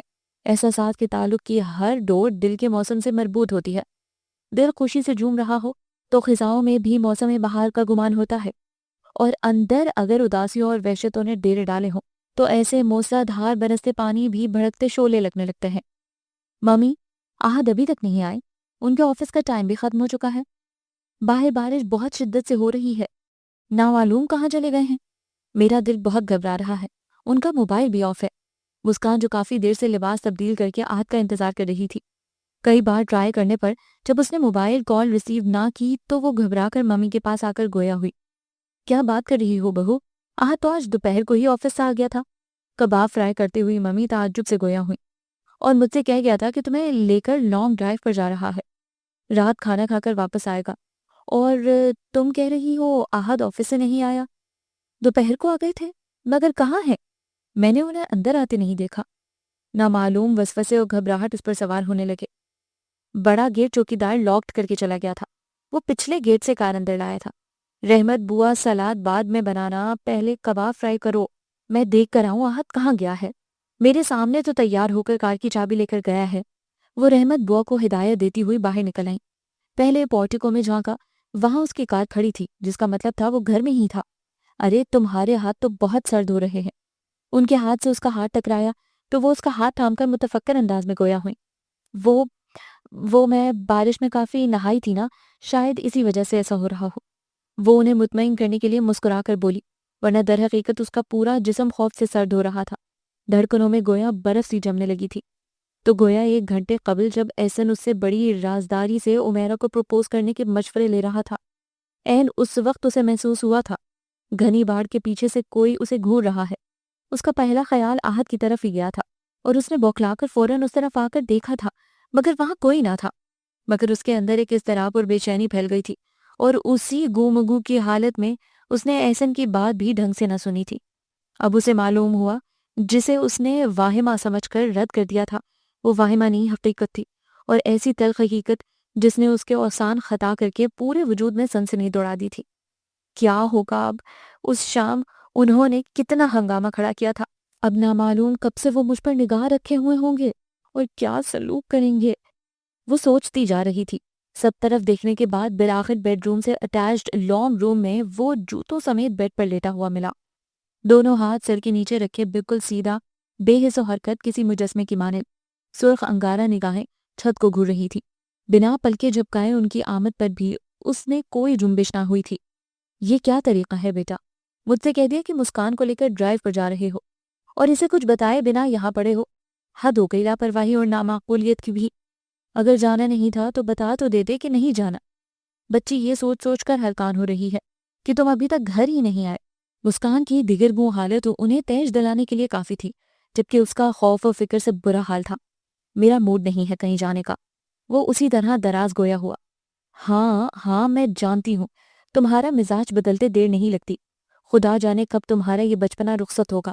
اب تم اکیلے نہیں ہو، بیوی کی ذمہ داری ہے، کل کو باپ بنو گے تو بھی ایسی ہی اونگی پونگی حرکتیں کرو گے۔ ممی کی بات پر وہ بری طرح جھیپ گئی تھی۔ وہ کچھ کہے بنا خاموشی سے اٹھ کر بیڈ روم میں چلا گیا تھا۔ ممی چلی گئی تھی۔ وہ خاموشی سے دبے قدموں بیڈ روم میں چلی آئی، جہاں وہ کمرے کے درمیان میں دونوں ہاتھ کمر کے دائیں بائیں رکھے شعلہ بار نگاہوں سے دروازے کی طرف گھور رہا تھا۔ وہ اندر داخل ہوئی، سیدھی اس کی نگاہوں کی زد میں تھی۔ تمہیں آخر میری ضروریات کا خیال کیوں نہیں رہتا؟ وارڈروب میں ایک بھی شلوار سوٹ پریس کیا ہوا نہیں ہے۔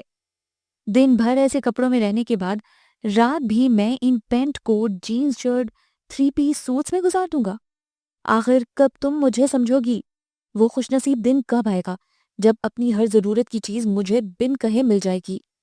معمولی سے معمولی کاموں کے لیے تمہیں کن ذہن بچے کی مانے سمجھانا پڑتا ہے، اور ہر بار تم بھول جاتی ہو۔ تمہیں میں یاد ہی نہیں رہتا تو میری ضرورت خاک یاد رہے گی۔ سوچا تھا بیوی آ جائے گی تو کم از کم ممی اور میرا کو ہر کام کے لیے پکارنا نہیں پڑے گا، لیکن یہ خیال محض خیال ہی ثابت ہوا۔ ممی کی ذمہ داریاں کم ہونے کے بجائے بڑھ گئی ہیں۔ بیٹے بیٹی کے ساتھ بہو کی ناز برداریاں بھی ان کی ذمہ پڑ گئیں۔ تم اس قدر پھوہڑ، بد سلیقہ، بے احساس و بدتمیز ہوگی مجھے گمان بھی ہوتا تو تمہارے حصول پر 1000 بار لعنت بھیج کر کبھی مڑ کر بھی نہ دیکھتا۔ باہر برستے بادلوں سے زیادہ گرج اس کے لہجے میں تھی۔ وہ چہرہ جھکائے کوئی لفظ نکالے بغیر اس کی جلی کٹی باتیں سنتی رہی۔ وہ اسی طرح لمحے بھر میں آپے سے باہر ہو کر جو منہ میں آتا بولے جاتا۔ وہ سہم کے مارے کوئی لفظ منہ سے نکال نہ پاتی۔ منہ بند کر کے کیا کھڑی ہو؟ بتاؤ کیا پہنوں؟ میرے سامنے بولتے ہوئے تمہاری زبان گھستی ہے۔ احسن سے باتیں کرتے وقت تو نان سٹاپ زبان چلتی ہے۔ ہاں، نہ جانے ان دنوں کیا ہو گیا تھا مجھے، جو جانتے بوجھتے یہ سب کیا جو مجھے نہیں کرنا چاہیے تھا۔ بھلا مجھ سا کوئی بھی احمق بے وقوف ہوگا؟ وہ ہتھیلی پر مکے مارتا ہوا مسلسل چرکے پر چرکے لگا رہا تھا۔ مسکان نے وارڈروب سے اسے وائٹ شلوار سوٹ استری شدہ نکال کر دیا۔ اس حصے میں اس کے تمام شلوار سوٹ استری شدہ اور تہ در تہ رکھے ہوئے تھے۔ آہد نے وہ حصہ کھولا تھا جس میں پینٹ جینز وغیرہ ہینگ تھے۔ مجھے کیا دے رہی ہو؟ باتھ روم میں رکھ کر آؤ۔ اتنی بھی تہذیب نہیں ہے تمہیں، ایڈیٹ۔ اس نے سوٹ تیش میں اچھالا تھا۔ تذلیل اور تحقیر اہانت آمیز رویے نے اسے چور چور کر ڈالا تھا۔ وہ سوٹ اٹھا کر باتھ روم میں لے گئی۔ بارش اور اس کی آنکھیں ساری رات برستی رہیں۔ وہ شکوہ کس سے کرتی؟ شکایت اسے خود سے تھی۔ گلہ اپنے دل سے تھا جس نے اسے دھوکہ دیا تھا۔ وہ نامعلوم کے ساتھ کس لمحے آہد کا ہو گیا تھا، اور اسے اس واردات کا علم بھی بہت عرصے بعد ہوا تھا۔ کتنے اچھے، کتنے بے فکری کے پرلطف دن تھے وہ، جب ان گھٹن زدہ بے کیف اور بنجر وقت کی شروعات بھی نہ ہوئی تھی۔ وہ کھڑکی میں کھڑی باہر برستی بارش دیکھ رہی تھی۔ باہر بارش پورے جوش و خروش سے ہو رہی تھی۔ اتنی ہی شدت سے اس کی آنکھیں بھی چہرے کو بھگوتی ہوئی گریبان کو بھگو رہی تھیں۔ بیڈ پر اس کی جانب پشت کیے آہد نیند کی گولیوں کے پر اثر بے خبر سو رہا تھا۔ نیند میں بھی اس کے چہرے پر ناراضگی اور بدگمانی کے تاثرات تھے۔ سیاہ بال الجھے الجھے تھے۔ اس کا ذہن بھی اس کے بالوں کی طرح ماضی کی خوشگوار باتوں یادوں میں الجھ الجھ گیا۔ ارے کہاں گیا؟ اب بھی تو میں یہیں رکھ کر گئی تھی۔ مسکان والیٹ کارنر پر رکھ کر سن گلاسز لینے کمرے میں گئی تھی۔ اب واپسی پر والیٹ غائب تھا۔ اگر جان کیا مان پاؤں تو کچھ عرض کروں؟ احمد مسمسی صورت بنا کر بولا۔ فوراً بکو۔ بکو؟ ماں بدولت کی یہ عزت ہے آپ کی نگاہوں میں؟ نہیں، اس سے کچھ بڑھ کر۔ قبل اس کے کہ میں مزید تمہاری عزت افزائی کروں، شرافت سے بتاؤ میرا والیٹ کس نے چرایا ہے؟ یہ وہی ہیں جن کا خاندانی پیشہ۔ او، خاندان میں تو میں بھی شامل ہوں، یعنی جن کا ذریعہ معاش ایسے ہی کاموں سے چلتا ہے، سمجھ رہی ہیں نا آپ؟ آہد یا احسن کی بات کر رہے ہو تم؟ وہ چیخی تھی۔ یہ بتانے کے لیے آپ کو خرچہ کرنا پڑے گا۔ احمد کالر جھاڑ کر گویا ہوا۔ ابھی لگاؤں گی تھپڑ، سارا خرچہ نکل جائے گا تمہارا۔ وہ اسے ایک دھپ رسید کرتی ہوئی احسن احسن چیختی اس کے کمرے میں داخل ہوئی تھی۔ یا وحشت لڑکی، اتنی زور زور سے چیخ رہی ہو جیسے میں بہرا ہوں۔ لوگ، والیٹ نکالو میرا جو تم نے کارنر سے اٹھایا ہے۔ وہ اس کی بات سنی انسنی کر کے تیز لہجے میں بولی تھی۔ وہ والیٹ تھا یا پتنگ؟ دیکھو شرافت سے میرا والیٹ دے دو، مجھے شاپنگ جانے کی دیر ہو رہی ہے۔ کیسا والیٹ؟ کون سا والیٹ؟ تم کیوں مجھ سے والیٹ مانگ رہی ہو؟ اگر میرا والیٹ مانگ رہی ہو تو سوری، فی الحال مہینے کا آخر ہے، سخت کڑکی کے دن ہیں، ادھار پر گزارا چل رہا ہے، بلکہ اب تو کوئی ادھار دینے کو بھی تیار نہیں ہے۔ دور سے دیکھ کر ہی لوگ رفو چکر ہو جاتے ہیں۔ میں تو خود تم سے ادھار پیسے مانگنے آ رہا تھا۔ کہ تم یہ کیا کہتی ہوئی آ رہی ہو؟ آج ہی تو میں نے ایک دوست سے کچھ رقم ادھار مانگی تو کہنے لگا ادھار محبت کی قینچی ہے، اور میں تمہیں ایسی قینچی نہیں دے سکتا جو ہماری محبت کو کاٹ کر رکھ دے۔ اور ایک درد بری داستان سنو، برگر ٹائم پر برگر لینے گیا ادھار، تو وہ بولا نقد شوق سے، ادھار اگلے چوک سے۔ میں نے کہا بھائی اگلے چوک پر کوئی شاپ ہی نہیں ہے، تم ہی دے دو، پیسے ملتے ہی ادھار چکا دوں گا۔ تو وہ بولا کل آ جانا، اور اس روز سے روز جاتا ہوں، وہ کہتا ہے کل، پھر کل جاتا ہوں، وہ کہتا ہے کل آنا۔ مجھے تو لگتا ہے اس کل کے انتظار میں کل زندگی گزر جائے گی اور وہ کل نہیں آئے گا۔ احسن کی زبان پوری طرح رواں تھی۔ میرا والیٹ دے دو ورنہ میں تمہارا خون پی جاؤں گی۔ وہ شدید غصے میں تھی۔ خون آشام بلا تو شکل ہی سے لگتی ہو، مگر میرا خون اتنا سستا نہیں ہے جو تم اتنی آسانی سے پی جاؤ گی۔ ان دونوں میں زبردست جنگ چھڑ گئی تھی۔ وہ لڑتے جھگڑتے ہال میں آ گئے تھے، جہاں کی آوازیں سن کر سب کزنز باہر جمع ہو گئی تھی۔ گھر کے بڑے بے خبر تھے۔ آخر ہوا کیا ہے کچھ معلوم بھی تو ہو۔ لڑتے وقت تم دونوں منہ کھول دیتے ہو، آنکھیں بند کر لیتے ہو۔ منیبا ان دونوں کے درمیان میں آ کر گویا ہوئی، منہ بند کر کے آنکھیں کھول کر، کبھی تم ہی بتانا کہ کس طرح لڑا جاتا ہے۔ احسن تنہا ہی ایک محاذ پر کئی حملے پسپا کر سکتا تھا۔ اس کے جواب پر قہقہا پڑا تھا، تم سے تو بات کرنا ہی فضول ہے۔ مسکان تم بتاؤ کیا ہے؟ اس صدا کے بے ایمان نے یہاں سے میرا والیٹ اٹھا لیا ہے، اب اقرار کرنے کے بجائے جھوٹ بول بول کر اپنے گناہوں کی گٹھڑیاں بڑھا رہا ہے۔ اللہ معاف کرے، تمہارے تو کرامن کاتبین میں سے بائیں بازو والا عاجز ہو چکا ہوگا۔ بدعمالیوں سے رجسٹر بڑھتے بڑھتے معاف کر دو اسے، ترس کھاؤ اس کی حالت پر، اور کچھ کام دائیں بازو والے فرشتے کے لیے بھی انجام دو۔ تمہاری پیدائش سے اب تک فارغ بیٹھا بیٹھا بور ہو رہا ہوگا، خدا را کچھ نظر عنایت اس پر بھی کر دو۔ او ہو، خود تو بڑی نیک بیوی ہو نا، 24 گھنٹے مصلے پر عبادت کرتی رہتی ہو۔ الحمدللہ، صبح فجر میں سب کو میں ہی اٹھاتی ہوں، سب کو اٹھا کر خود سو جاتی ہو بنا نماز ادا کیے۔ احسن روبرو بولا، بھائی نہیں، زیادہ سمارٹ بننے کی ضرورت نہیں ہے، میرا والیٹ واپس کرو۔ اسے موضوع سے ہٹتے دیکھ کر مسکان نے اس کا بازو پکڑ کے کھینچتے ہوئے کہا، میں نے نہیں لیا، کیوں الزام لگا رہی ہو؟ یا پھر کوئی گواہ پیش کرو جس نے مجھے والیٹ چوری کرتے دیکھا ہو۔ اس کے علاوہ میں ذائچہ نکالنا جانتا ہوں، اگر ذائچہ نکلوانا چاہو تو فیس ادا کر کے نکلوا سکتی ہو، لیکن اس کے لیے تمہیں چور کا نام اور چور کی والدہ کا نام بتانا ہوگا، تب بتا سکتا ہوں چوری کس نے کی۔ ابھی اپنے ناخنوں سے تمہارے منہ پر ایسا ذائچہ بناؤں گی نا کہ ساری زندگی یاد رکھو گے، قبل اس کے کہ میرا پیمانہ صبر چھلک پڑے۔ والیٹ دے دو۔ احسن کو مسلسل مسخرہ پند کرتے دیکھ کر اس کا پیمانہ صبر لبریز ہو ہی گیا تھا۔ وہ اسے مارنے کے لیے ایش سے اٹھا کر پلٹی ہی تھی کہ اندر آتے ہوئے احد نے بریف کیس امیرا کو تھما کر والیٹ کوٹ کی پاکٹ سے نکالتا ہوا اس کی جانب بڑھتے ہوئے بولا، کول ڈاؤن مسکان، یہ لو، اس میں سے شاپنگ کراؤ۔ ہزار کے کئی کرارے نوٹ اس کی جانب بڑھاتا ہوا وہ اپنائیت بھرے لہجے میں کہہ رہا تھا، لے لو، کیا ہوا، کیوں نہیں لے رہی؟ احد نے اسے ہچکچاتے دیکھ کر اصرار کیا تھا۔ سب کزنز تذبذب کا شکار مسکان کو دیکھتے یا احد کے ہاتھ میں موجود نوٹوں کو، جبکہ احسن بڑی للچائی نظروں سے نوٹوں کو دیکھ رہا تھا۔ نہیں، میں آپ سے کیوں لوں گی؟ میرے والیٹ میں بھی خاصی رقم تھی، اگر یہ کم ہے تو اور دوں، بلکہ اور لے لو۔ اس نے دوسری پاکٹ میں ہاتھ ڈالتے ہوئے کہا۔ وہ ہاتھ اٹھا کر تیزی سے گویا ہوئی، نو احد بھائی، بہت شکریہ، دراصل بات پیسوں کی نہیں ہے، رقم تو میں پاپا یا ماما احمد بھائی سے بھی لے سکتی ہوں، کوئی مسئلہ نہیں ہے، بلکہ اصلا مسئلہ یہ ہے کہ ادھر رکھا ہوا والیٹ غائب کہاں ہوا ہے۔ اگر اسی طرح سے گھر میں سے چیزیں غائب ہونے لگی تو کتنی پریشانی ہوگی، کتنے غیر محفوظ ہو جائیں گے ہم لوگ۔ احد کی نگاہوں میں کچھ ایسے ہی ناراض و برہم سے تاثرات تھے کہ نوٹ واپس جیب میں منتقل ہونے تک اسے لمبی چوڑی وضاحت دینی پڑی تھی۔ ایک جھٹکے سے اس نے نوٹ جیب میں ٹھونسے تھے اور تیز تیز قدم اٹھاتا وہاں سے فوراً ہی چلا گیا تھا۔ مسکان نے سکھ کی سانس لی تھی۔ ناشکری ہونے کے ساتھ ساتھ از حد بے احساس بھی ہو، کتنے خلوص سے روپے دے رہا تھا، لے لیتی۔ دل توڑنا تو کوئی تم سے سیکھے، کہیں مقابلہ ہارٹ بریک ہو تو تم فرسٹ پرائز لے کر آؤ گی، احسن نے کہا، اور اگر کبھی کہیں مقابلہ جھوٹ اور چوری ہو تم فرسٹ پرائز لے کر آؤ گے۔ مسکان کے جواب پر سبھی کھلکھلا کر ہنس پڑے تھے۔ احسن کو سخت طیش آ گیا، مجھ پر جھوٹا الزام مت لگاؤ ورنہ بری طرح پیش آؤں گا، لومڑی بیگم۔ مجھے لومڑی کہا؟ تم خود ہوگے گیدڑ، مگر مچھ، کن کھجورے، لات دیکھ۔ کیا ہو رہا ہے بچوں؟ کیوں اتنا شور و ہنگامہ مچا رکھا ہے؟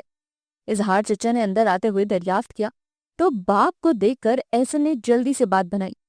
کچھ نہیں ڈیڈی، وہ مسکان پر کاکروچ چڑھ گیا تھا اور اس نے شور مچانا شروع کر دیا۔ اس کے لب و لہجے، چہرے کے تاثرات سے معمولی سے بھی جھوٹ کا شائبہ تک نہ تھا۔ چچا مسکراتے ہوئے آگے بڑھ گئے۔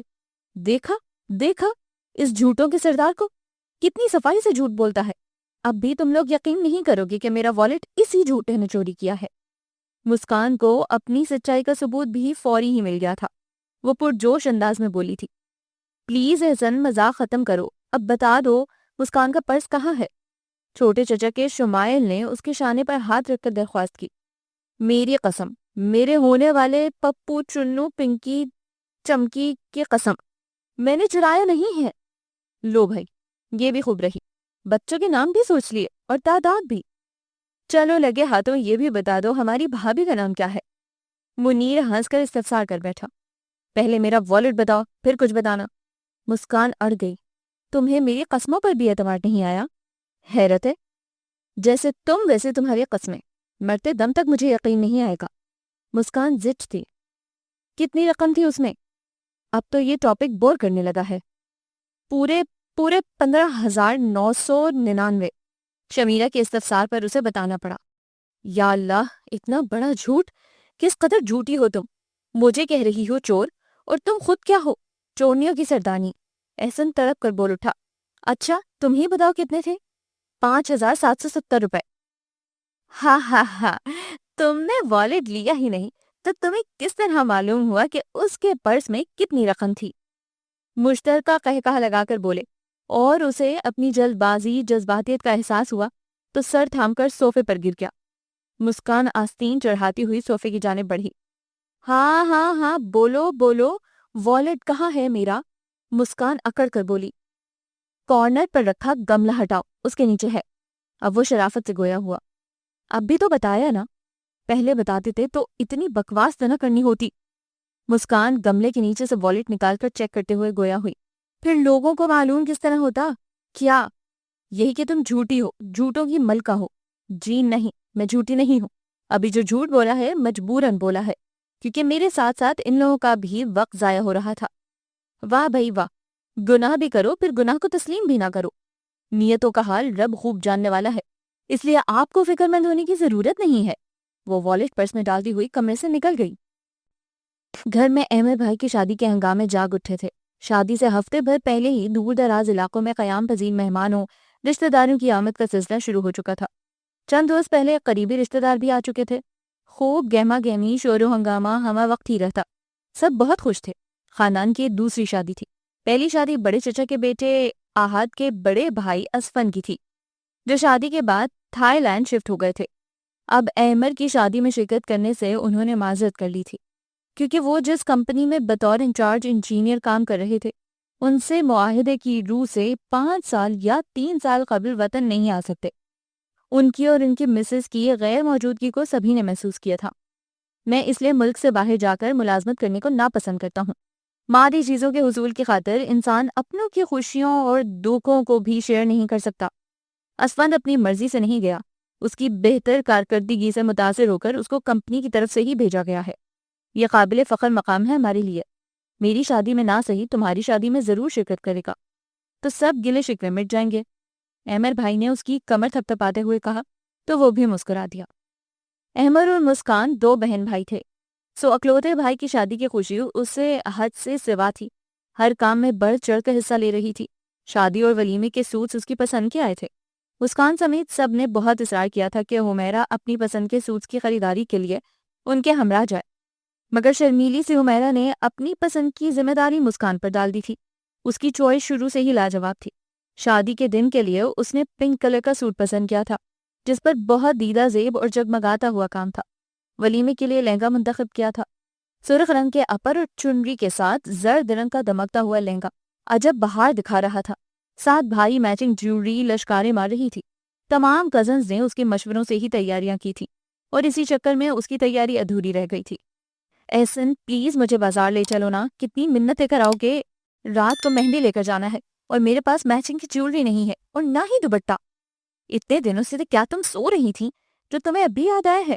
باہر کے کام کیا میرے لیے کم ہے جو تم اور اضافی بوجھ لاد کر بالکل ہی گدھا بنانے پر کمر بستہ ہو؟ احسن ابھی باہر کے کئی کام نمٹا کر آ کر بیٹھا ہی تھا کہ مسکان اس کے کان کھانے لگی تھی. یاد تھا مجھے، لیکن سب کے چکر میں بالکل ذہن سے نکل گیا. سب کا درد ہمارے جگر میں ہے. تم سیاستدان کیوں نہیں بن جاتی؟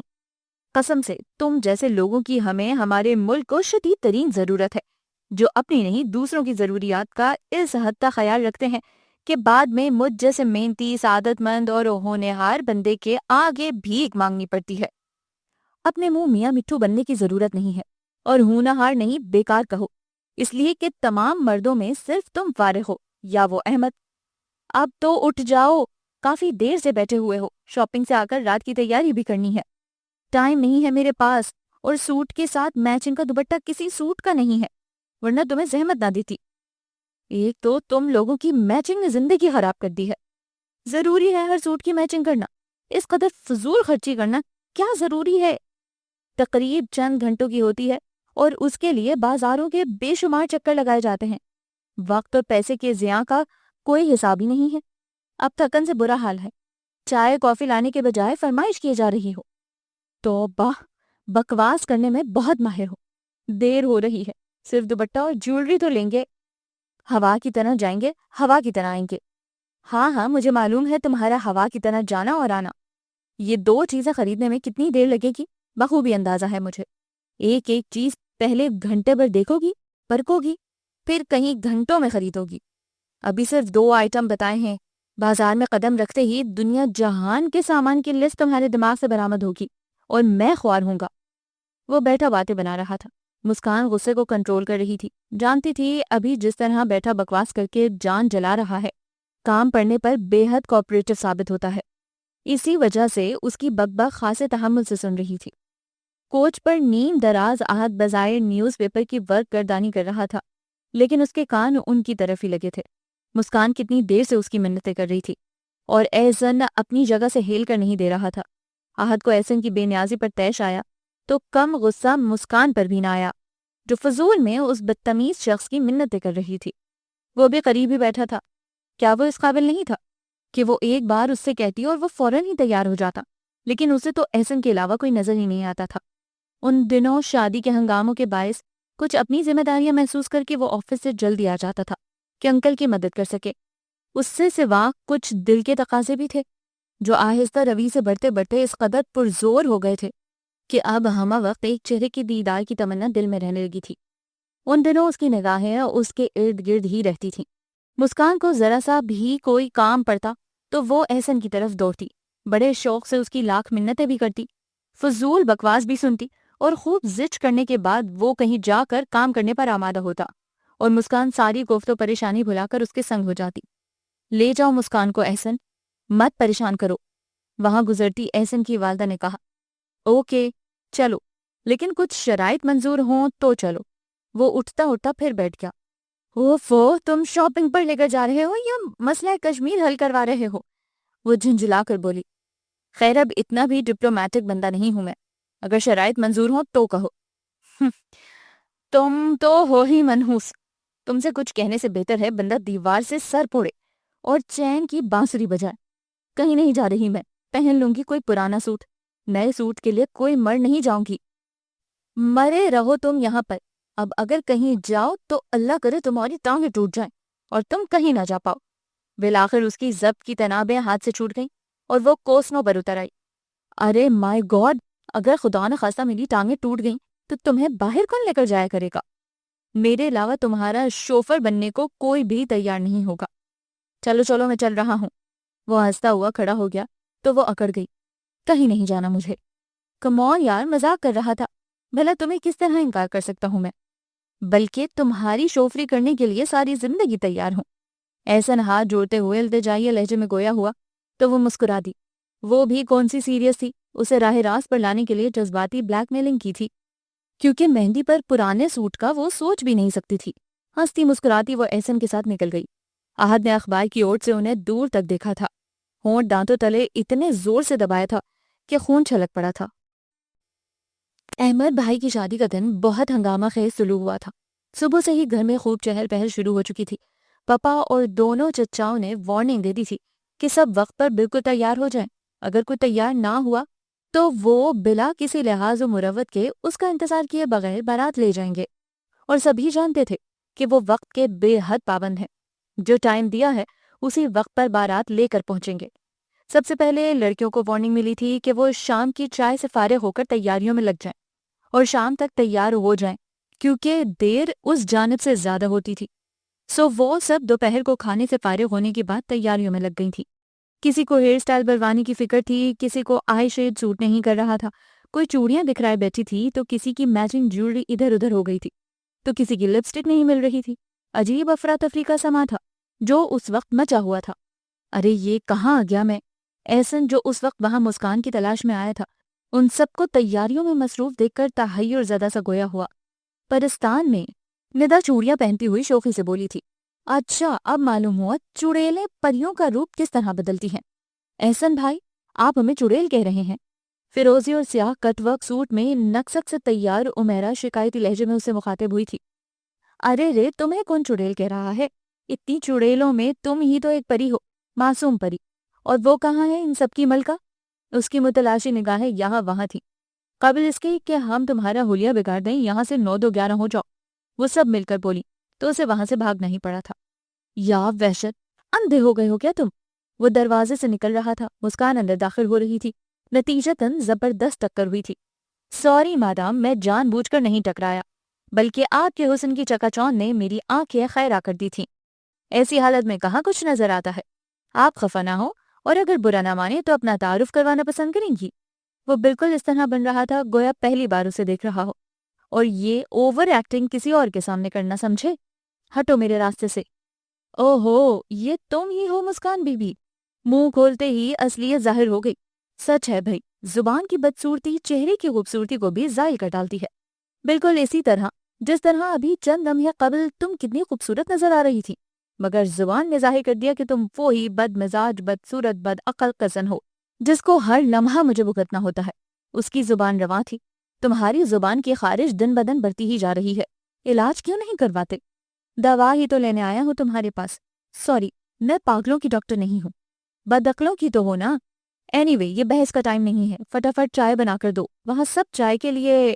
سوری سوری سوری، میرے پاس بالکل بھی وقت نہیں ہے، چائے وائے کے لیے کسی اور کے پاس جاؤ، میں ابھی تیار ہوئی ہوں، میرا فیس خراب ہو جائے گا۔ اس نے شانے اچکا کر تیزی سے آگے بڑھنا چاہا تھا۔ احسن نے اس سے بھی پھرتی سے بھاگ کر اس کا بازو پکڑ لیا۔ کوئی معافی وافی نہیں چلے گی، چائے تو تمہیں بنا کر دینی پڑے گی۔ صبح سے اب تک کتنے کپ پی چکا ہوں مگر مزہ نہیں آیا۔ یہی شکایت چھوٹے چچا بھی کر رہے تھے۔ میں نے کہہ دیا مسکان سے اچھی چائے کوئی نہیں بنا سکتا، تو بولے درست کہہ رہے ہو۔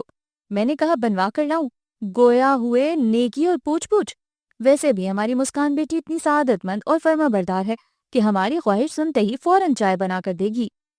وہ اسے اسی طرح پکڑے پکڑے کچن میں لے کر آیا تھا اور اسے مجبوراً چائے بنا کر دینی پڑی تھی، لیکن اس سے بھرپور بدلہ لینے کا وہ تہیا کر چکی تھی۔ جان بوجھ کر ٹرالی میں ایک مگ کم رکھا تھا۔ احسن کے جاتے ہی مگ میں چائے انڈیل کر 2 ٹی اسپون نمک کے بھر بھر کر ڈالے اور معصوم سی صورت بنا کر وہاں پہنچ گئی۔ تھینکس، میں ابھی لینا آ ہی رہا تھا کہ سب کو چائے مل گئی، میں رہ گیا۔ سب بزرگ وہاں موجود تھے اور ان کی موجودگی میں وہ ایسے ہی مہذب بن جایا کرتا تھا جیسے اس وقت اس نے خاصے مہذبانہ انداز میں مگ تھاما تھا۔ مسکان مگ دے کر چھوٹے چچا کے قریب بیٹھ گئی تاکہ اس کی مضحکہ خیز ہونے والی حالت سے لطف اندوز ہو سکے۔ اس کی نگاہیں احسن کی جانب بھی تھیں اور اسے زیادہ دیر انتظار نہیں کرنا پڑا۔ احسن نے جیسے ہی چائے کا پہلا گھونٹ بھرا، اس کی آنکھیں حلقوں سے ابھر آئی تھیں۔ وہ بری طرح جھرجھری لے کر اٹھ کھڑا ہوا۔ کیا ہوا؟ بیٹھ کر پیو چائے، مجھے تمہاری یہ عادت سخت ناپسند ہے، کھڑے کھڑے کھانے پینے کی۔ گھر میں چھوٹے چچا خاصے مذہبی واقع ہوئے تھے، ان کا وقت عموماً سنتوں کی پیروی کرتے اور کرواتے گزرتا تھا۔ مسکان نے ان کی موجودگی کے پیش نظر ہی یہ پلان ترتیب دیا تھا، اس کے باعث وہ ان کے قریب بیٹھی تھی اور اس کے پلان کی کامیابی کا آغاز ہو چکا تھا۔ چچا جان، چائے؟ اتنی گرم گرم چائے پینے کی ضرورت ہی کیا ہے؟ قبل اس کے کہ وہ اس کی پول کھولتا جھٹ مسکان معصومیت سے بولی، جبکہ اس کی مسکراتی آنکھیں کہہ رہی تھیں، دیکھا بچو، کیسا بدلہ لیا، جواباً اس نے بھی آنکھوں کی زبان میں دھمکی دی کہ وہ چھوڑے گا نہیں۔ چائے تو بہت مزیدار بنائی ہے ہماری بیٹی نے۔ چھوٹے چچا اس کے سر پر ہاتھ رکھ کر شفقت سے گویا ہوئے تو سب نے ہی تائید کی تھی، جبکہ وہ بڑے مزے سے چائے پینے کے دوران احسن کے چہرے پر پھیلنے والی بے بسی، بیچاری اور مجبوری کے دلنشین نظارے دیکھتی رہی۔ ہر گھونٹ پر اس کی شکل دیکھنے والی ہوتی تھی۔ عام طور پر وہ ایسی چائے پینا تو درکنار دیکھنا بھی پسند نہیں کرتا، مگر اب مجبوراً چچا جان کی وجہ سے پینے پر مجبور تھا۔ اس کے فرار کے تمام راستے وہ مسدود کر کے بیٹھی ہوئی تھی۔ اب اپنی خیر مناؤ تم، وہ مگ سمیٹ رہی تھی جب وہ خون خوار لہجے میں سرگوشی کر کے گیا تھا۔ بارات بہت دھوم دھام سے وقت پر میرج گارڈن پہنچی تھی۔ پھولوں سے ان کا استقبال کیا تھا۔ حمیرہ بھابھی دلہن بن کر بے حد حسین لگ رہی تھی۔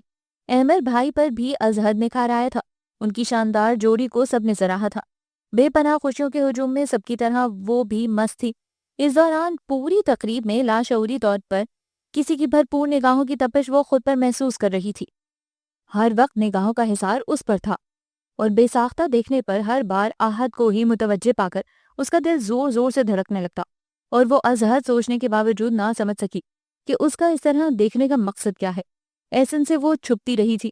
جہاں وہ اس کی جانب بڑھتا وہ تیزی سے کسی اور کی طرف ہو جاتی۔ وہ اسے گھور کر رہ جاتا۔ وہ جانتی تھی اس نے دھمکی دی ہے اور جب تک اسے عملی جامہ نہ پہنا دے اسے سکون و قرار نہ ملے گا۔ گھر میں دلہن آ چکی تھی۔ ان کے ساتھ مختلف رسمیں ادا کی جا رہی تھیں۔ وہ جو فیروزی اور بلو لہنگے سوٹ میں ملبوس، جس پر بھاری کام تھا، اسے گھبرا کر سوٹ چینج کر کے کمرے سے نکل ہی رہی تھی کہ دور سے آتے احسن کو دیکھ کر خطرے کی بو اس نے سونگھ لی تھی۔ اس نے گھبرا کر ادھر ادھر دیکھا، راہداری دور تک سونی پڑی تھی۔ لان میں بھی کوئی نہ تھا۔ تمام لوگ ہال روم میں دلہن کے گرد جمع تھے۔ کوئی اس کی مدد کو نہ تھا۔ اس کی سمجھ میں نہیں آ رہا تھا کہ کیا کرے، کہاں جائے۔ وہ متوحش کھڑی تھی۔ چھپو، کہاں تک چھپ سکتی ہو؟ کیا سمجھ رہی تھی؟ میرا حشر کر کے بچ جاؤ گی؟ احسن مسکراتا ہوا مخاطب ہوا تھا اور تیزی سے آگے بڑھ رہا تھا۔ مقابلہ برابر ہوا ہے۔ تم نے زبردستی چائے بنوائی، میں نے زبردستی چائے پلوائی۔ اب تم کس بات کا بدلہ لوگے؟ اور ہم دوست بھی تو ہیں، دوستوں میں ایسے چلتا رہتا ہے۔ اس نے فوراً ہی پسپائی اختیار کر کے دوستانہ رویہ اپنایا۔ مقابلہ برابر ہوا ہے، بدلہ برابر نہیں ہوا، اور میں دوستی کا لحاظ رکھ کر ہی صرف تمہاری یہ چوٹی جڑ سے اکھیڑوں گا اور کچھ نہیں کہوں گا۔ دیکھو، میرے بالوں کو ہاتھ مت لگانا، وہ پیچھے ہوتی ہوئی چیخے۔ او، اپنے بال تمہیں اتنے عزیز، اور میرے حلق کا جو تم نے بیڑا غرق کیا وہ کیا؟ اس نے بھاگتی ہوئی مسکان کی چوٹی پکڑ لی تھی۔ درد سے اس کی چیخ نکل گئی تھی۔ اوپر سے اترتا ہوا احد تیز تیز قدموں سے اس کی جانب بڑھا تھا۔ کیا ہو رہا ہے؟ اس کے لہجے میں سخت ناگواری اور ناپسندیدگی تھی۔ پلیز احد بھائی، اس جنگلی ریچھ سے بچائیں مجھے، پلیز۔ وہ بے ساختہ مدد کے لیے اسے پکار بیٹھی۔ وہ آگے بڑھا تھا اور اس کا ہاتھ جھٹک کر مسکان کی چٹیا آزاد کرائی۔ وہ لپک کر اس کے پیچھے ہو گئی۔ یار، تم درمیان میں نہ بولو تو ہی اچھا ہے۔ تم احمد بھائی کے ساتھ بیوٹی سیلون گئے ہوئے تھے جب اس نے مجھے چائے میں نمک ڈال کر ایسی خطرناک چائے پلائی تھی کہ میرے حلق میں ابھی تک خراشیں پڑی ہیں۔ معدہ زخمی ہو گیا اور آنتیں درد سے بلبلا رہی ہیں۔ کچھ کھایا ہی نہیں جا رہا مجھ سے۔ اب جب تک میں انتقام نہیں لوں گا سکون سے نہیں رہ سکتا۔ اس نے احد کو آگے سے ہٹانا چاہا۔ نہیں نہیں احد بھائی، آپ یہیں کھڑے رہیں۔ وہ اس کی پشت سے لگ گئی۔ اپنی شرارت اسے بری لگ رہی تھی۔ احسن کس قدر ڈھیٹ ہے وہ اچھی طرح جانتی تھی کہ وہ اپنا کہا ضرور پورا کرے گا، خواہ چوٹی جڑ سے علیحدہ نہ کرے، مگر زچ کرنے کا انداز ہی اذیت ناک ہوتا تھا۔ فی الوقت یہ پناہ گاہی محفوظ ترین تھی۔ وہ ہاتھ اس کے بازوؤں پر رکھے، چہرہ شانے پر ٹکائے بے حد نزدیک کھڑی تھی، اور اس کے نرم گرم پر حرارت وجود کے لمس سے احد کے حواس سنسنا اٹھے تھے۔ ایک لمحے میں اس کے اندر تلاطم برپا ہوا تھا۔ رگ و پے میں ایک سرور تھرکنے لگا تھا۔ عجیب سرشاری یہاں سے وہاں تک پھیلتی چلی گئی۔ اس کی امنگوں کو رنگ مل گئے تھے۔ جذبوں کی شوریدہ سری انگ انگ میں پھیلتی چلی گئی، اور دل ہر درمی سے فیصلہ صادر کر چکا تھا کہ صرف تم، کسی اور کے لیے دروازہ دل ہمیشہ کے لیے مقفل ہو چکا تھا۔ دل کے فیصلے سے وہ بھی متفق تھا۔ بہت سے وسوسوں کے باوجود فیصلے اہم ہوں تو کرنے میں وقت لیتے ہیں، لیکن بعض اوقات زندگی کے ایسے اہم ترین فیصلے لمحوں میں ہو جاتے ہیں اور تا حیات نہیں بدلتے۔ ایسا ہی مضبوط فیصلہ اس وقت ہوا تھا۔ دوست کی دلی کیفیت اور جذباتی چپلش سے بے خبر پیچھے شانے سے چہرہ ٹکائے کھڑی تھی۔ اوکے، اس کی جانب سے میں معافی مانگ رہا ہوں، سوری۔ سوری؟ تمہارے سوری کرنے سے میری تکلیف ختم نہیں ہوئی۔ معاف کر دو نا پلیز، آئندہ ایسا نہیں کروں گی۔ ہال روم سے خوف قہقہوں کی آوازیں آ رہی تھیں، جہاں نامعلوم کون کون سی رسمیں دلہن کے ساتھ ادا کی جا رہی تھیں، جس کو دیکھنے کے لیے اس کی طبیعت میں چلنے لگی تھی۔ وہاں جانے کی جلدی میں وہ خود بول اٹھی تھی، مگر جواباً وہ انکار کر رہا تھا۔ آؤ میرے ساتھ۔ وہ آہستگی سے اسے خود سے علیحدہ کر کے ہاتھ پکڑتے ہوئے ہال روم کی طرف بڑھ گیا۔ احسن نے حیرانی سے آہت کا رویہ دیکھا تھا، پھر کچھ سوچ کر اس کے لبوں پر معنی خیز مسکراہٹ پھیل گئی۔ وہ بھی اسی طرف بڑھ گیا۔ ولیمے کے ایک ہفتے بعد احمر اپنی دلہن کو لے کر ہنی مون کے لیے ہنزا، گلگت، کالام وغیرہ روانہ ہو گیا اور گہما گہمیوں کی جگہ سکوت چھا گیا۔ وقت تیزی سے آگے بڑھتا چلا گیا۔ بدلتے وقت کے ساتھ بہت ساری تبدیلیاں ناگزیر تھیں۔ احمد کاروبار کے سلسلے میں باہر شفٹ ہو گیا تھا۔ آہد نے اپنے پاپا کی خواہش پر ان کی بزنس میں شمولیت اختیار کر لی۔ آہد کی پوسٹنگ ہری پور سے آگے محکمہ جنگلات میں بطور فارسٹ آفیسر ہو گئی تو وہ وہاں چلا گیا۔ گھر میں ہر سمت ہی سناٹوں نے ڈیرا ڈال لیے تھے۔ احسن کے جانے سے گھر کے در و دیوار بھی اداس اور خاموش ہو گئے تھے۔ اس کی ذات گویا رونقیں اور شوخیاں اپنے ساتھ لے گئی تھی۔ ہر سمت پر ہول سناٹا تھا۔ وہ سب بھی بولتے تھے، باتیں کرتے تھے، لیکن یکلخت ہی لفظوں پہ سنجیدگی اور بردباری کی برف سی جم گئی تھی۔ احسن کی شوخیاں، شرارتیں، چٹکلے نما باتیں ان سب کو ہنسنے پر مجبور کر دیا کرتی تھیں۔ خصوصاً ان سب میں اس کی حالت زیادہ مخدوش تھی۔ وہ ایک لمحے کو بھی اسے بھلا نہ پائی تھی۔ اکثر اسے یاد کر کے بے اختیار رو پڑتی تھی۔ ان دنوں اس کی کیفیت عجیب تھی، کوئی کوئی روئی روئی سی، اداس اور بے قرار، اجاڑ اور ویران، گھنٹوں لان پہ بیٹھی رہتی، ارد گرد سے بے خبر، احسن کی فریم شدہ تصویر ہاتھوں میں لیے گھورتی۔ کبھی ہونٹوں پر دل فریب مسکراہٹ ہوتی تو کبھی کمل نما آنکھوں سے اشک قطرہ قطرہ رخساروں پر بہتے رہتے۔ اس دوران وہ اپنے شغل میں اتنی محو ہوتی کہ اسے کسی کی پرواہ، کوئی ہوش نہ ہوتا تھا۔ یہ منظر ایک بار نہیں، اتفاقاً کئی بار آہد نے دیکھا تھا اور اس کے اندر اذیتناک کرب پھیلتا جاتا۔ وہ اپنی ہی آگ میں بھسم ہونے لگتا۔ عجب کیفیت تھی اس کی بھی۔ جہاں خوبصورت جذبہ دل کی زمین میں جڑیں گاڑتا جا رہا تھا، وہیں بدگمانی اور شک کا بیج بھی نمو پا گیا تھا۔ جہاں چھوٹی چھوٹی بے معنی باتوں سے دوسرے طرز کے مطلب اخذ کر کے خوب پنپ رہا تھا، بلا کی غلط فہمی اور بے اعتباری اس میں سما گئی تھی۔ مسکان جتنی رگ و جاں سے قریب تر لگتی تھی، دوسرے پل ہی شک کا زہر اسے اتنا ہی دور کر دیا کرتا تھا۔ عجیب متضاد احساس و جذبات کا دور رہنے لگا تھا۔ اسے کھونا زندگی کھونے کے مترادف تھا اور پانا بھی بے سکونی کی علامت بن گیا تھا۔ اس کی یہ کشمکش ماما سے چھپی نہ رہ سکی تھی۔ اسے بھی فیصلہ سننے کی جلدی تھی، سو انہیں وہ اپنی خواہش بتا بیٹھا تھا اور آنن فانن وہ اس کے نام سے منسوب ہو چکی تھی۔ وہ حیران تھا اور کئی دنوں تک اسے یقین پر بھی خواب کا ہی گمان رہا تھا۔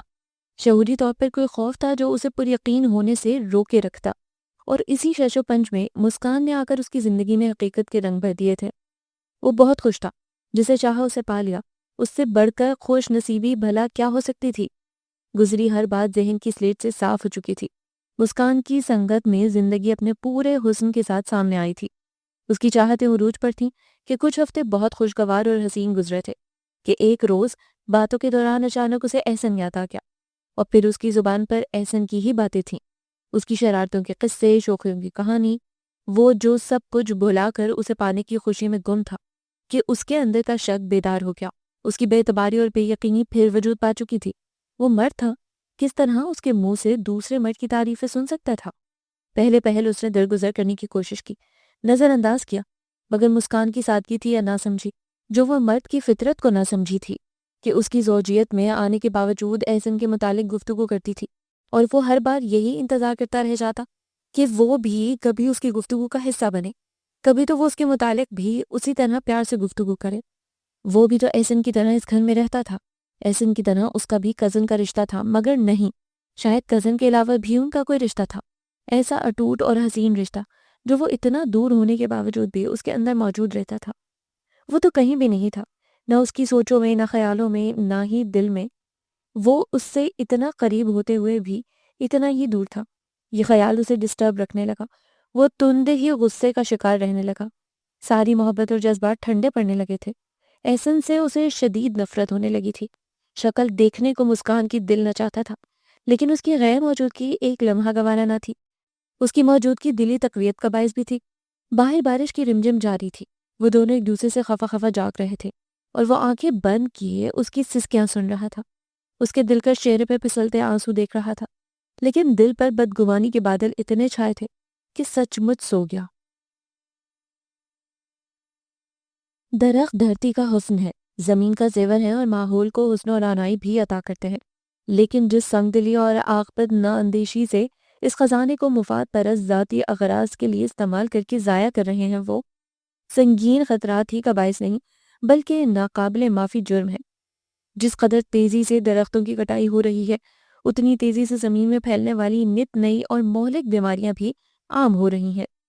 جس طرح صدیوں پہلے موجود جانوروں کی تصویروں سے ہمیں معلوم ہوتا ہے کہ کبھی یہ زندہ تھے اور اسی دنیا میں موجود تھے، اسی طرح ہم سے بعد آنے والی نسلیں بھی شاید ہماری طرح ہی تصویروں میں اپنے لوگوں کو دکھایا کریں گی کہ عرصہ قبل جنگلات ہوتے تھے اور درخت ہوتے تھے جو بہت حد تک قدرتی آفات سے بچاؤ کا باعث بنتے تھے، خوبصورتی اور سکون اور تازگی بھری ہوا کے علاوہ۔ میرا نہیں خیال کہ درختوں کے بغیر زندگی باقی رہ سکتی ہے۔ پھر بھی تم نے یہ بہت اچھی بات بتائی، میں کل ہی سے اپنے کالج سے ایک نئی مہم کا آغاز کروں گا۔ درخت اگاؤ زندگی بچاؤ کے عنوان سے گلی گلی محلہ محلہ سڑک سڑک لوگوں کو پیغام پہنچائیں گے۔ چھوٹی پپو کے بیٹے منیر نے، جو خاصا محب وطن تھا، فوراً عزم ظاہر کیا تھا۔ احسن بھائی، وہاں جنگل میں کیا شیر، چیتا، ہاتھی وغیرہ بھی ہوتے ہیں؟ عمیرہ جو بڑے غور سے اس سے وہاں کی باتیں سن رہی تھی، استفسار کر بیٹھی، اور احسن کے جواب دینے سے قبل ہی احمد نے زوردار قہقہ لگایا تھا۔ یہ تمہارے پیٹ میں کیوں بل پڑا؟ میں سوچ رہا ہوں کہ… وہ دانستہ شوخی سے بولتا خاموش ہو گیا۔ کیا سوچ رہے ہو؟ فوراً بولو۔ تمہیں بھی کیا ٹی وی والوں کی طرح بریکس کی عادت پڑ گئی ہے؟ سمیرہ منہ بنا کر بولی۔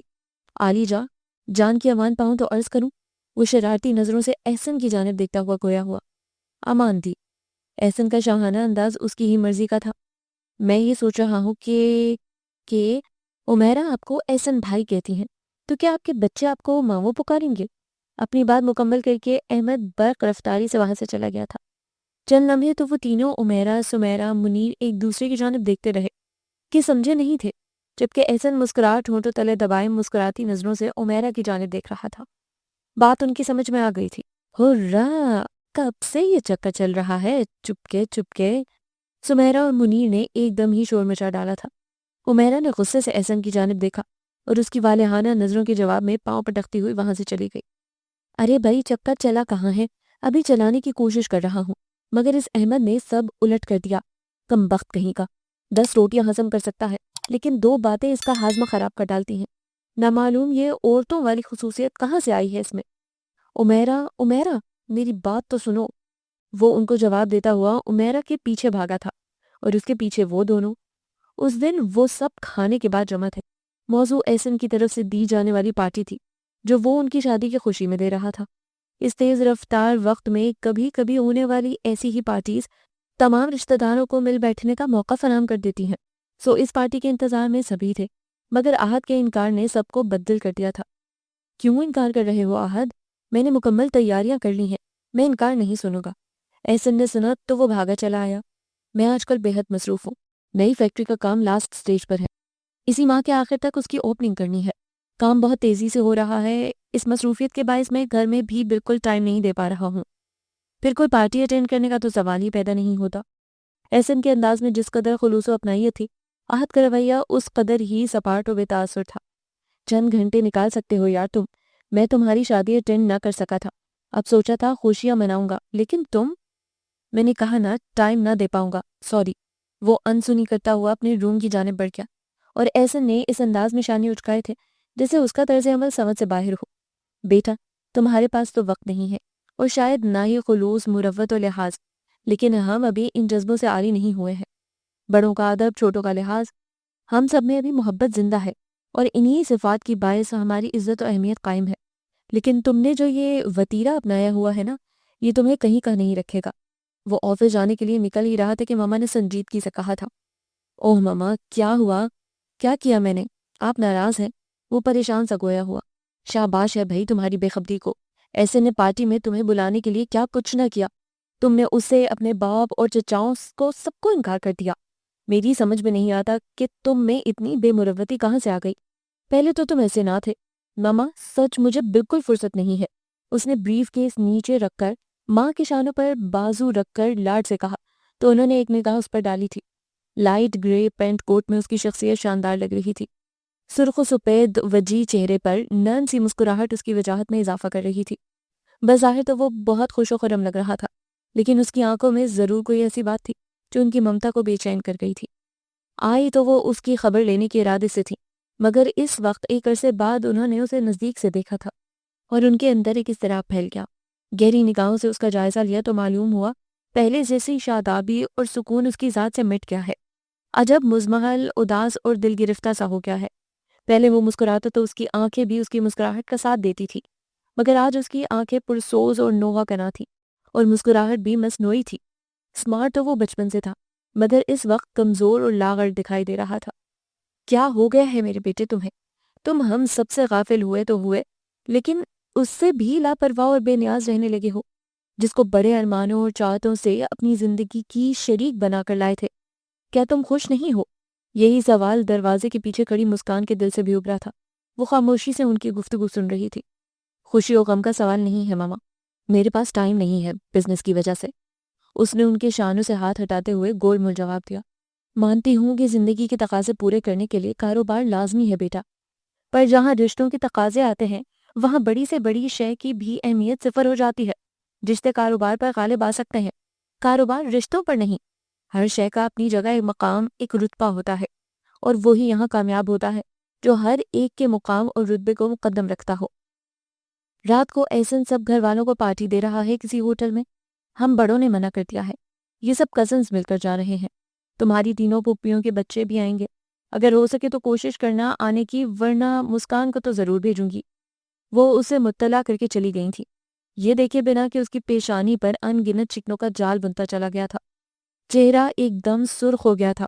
وہ چند لمحے وہاں کھڑا کچھ سوچتا رہا، پھر ملازم کو بریف کیس کار میں رکھنے کا حکم صادر کرتا ہوا کچن کی جانب بڑھ گیا۔ ماما کو وہاں سے جاتے دیکھ کر وہ کچن میں آ گئی تھی۔ سنو، وہ کاؤنٹر کے پاس کھڑی برتن سمیٹ رہی تھی کہ وہ سیدھا اس کے پاس آ گیا۔ جی، برسات والے واقعے کے بعد سے ان دونوں میں برائے نام ہی گفتگو ہوتی تھی۔ تم کسی پارٹی میں نہیں جاؤ گی، اگر گئیں تو اس گھر میں اپنا آخری دن سمجھنا۔ اس نے ایک ایک لفظ جمع جمع کر خون خوار لہجے میں ادا کیے تھے۔ اس کا آخری جملہ اس کا اوسان خطا کر گیا تھا۔ دل اتنی زور سے دھڑکا تھا کہ ہاتھ سے پلیٹ چھوٹ کر فرش پر چکنا چور ہو چکی تھی، جبکہ وہ اپنے جملوں کا رد عمل دیکھنے کے لیے رکا نہیں تھا۔ اور پھر کیسی پارٹی اور کیسی خوشی! اس کی دنیا ہی زلزلوں کے جھٹکوں پر تھی۔ محبت کا تاج محل، امید کی کرنیں، آس کے دیے، سبھی تو اسے ایک جھٹکے میں ایک جملے سے توڑ دیے تھے۔ آہت سے ناتا جوڑنے کے بعد اس کا سابقہ آنسوؤں سے ہی تو پڑتا تھا۔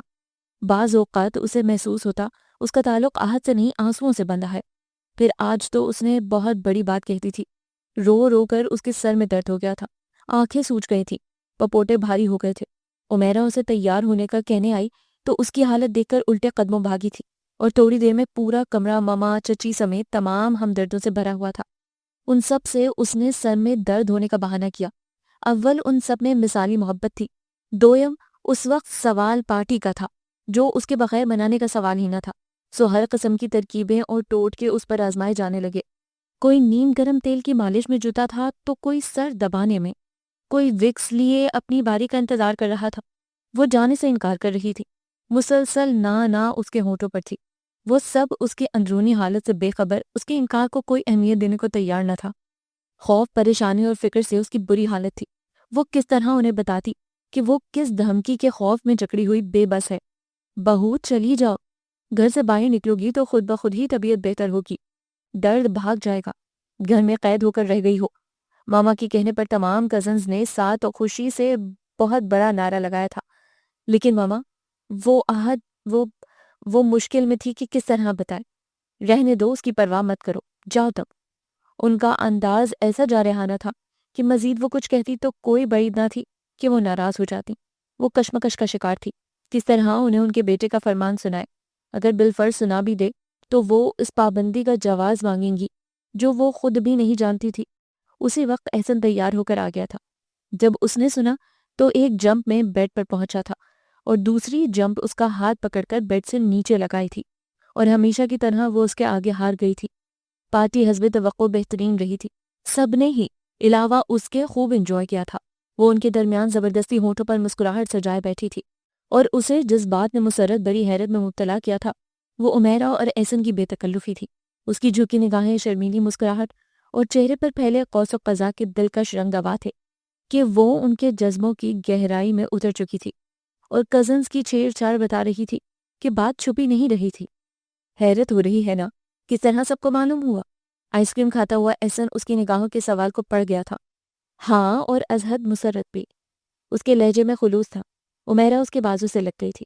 شرما کر اس نے مسکرا کر اس کے بانوں پر بوسہ دیا تھا۔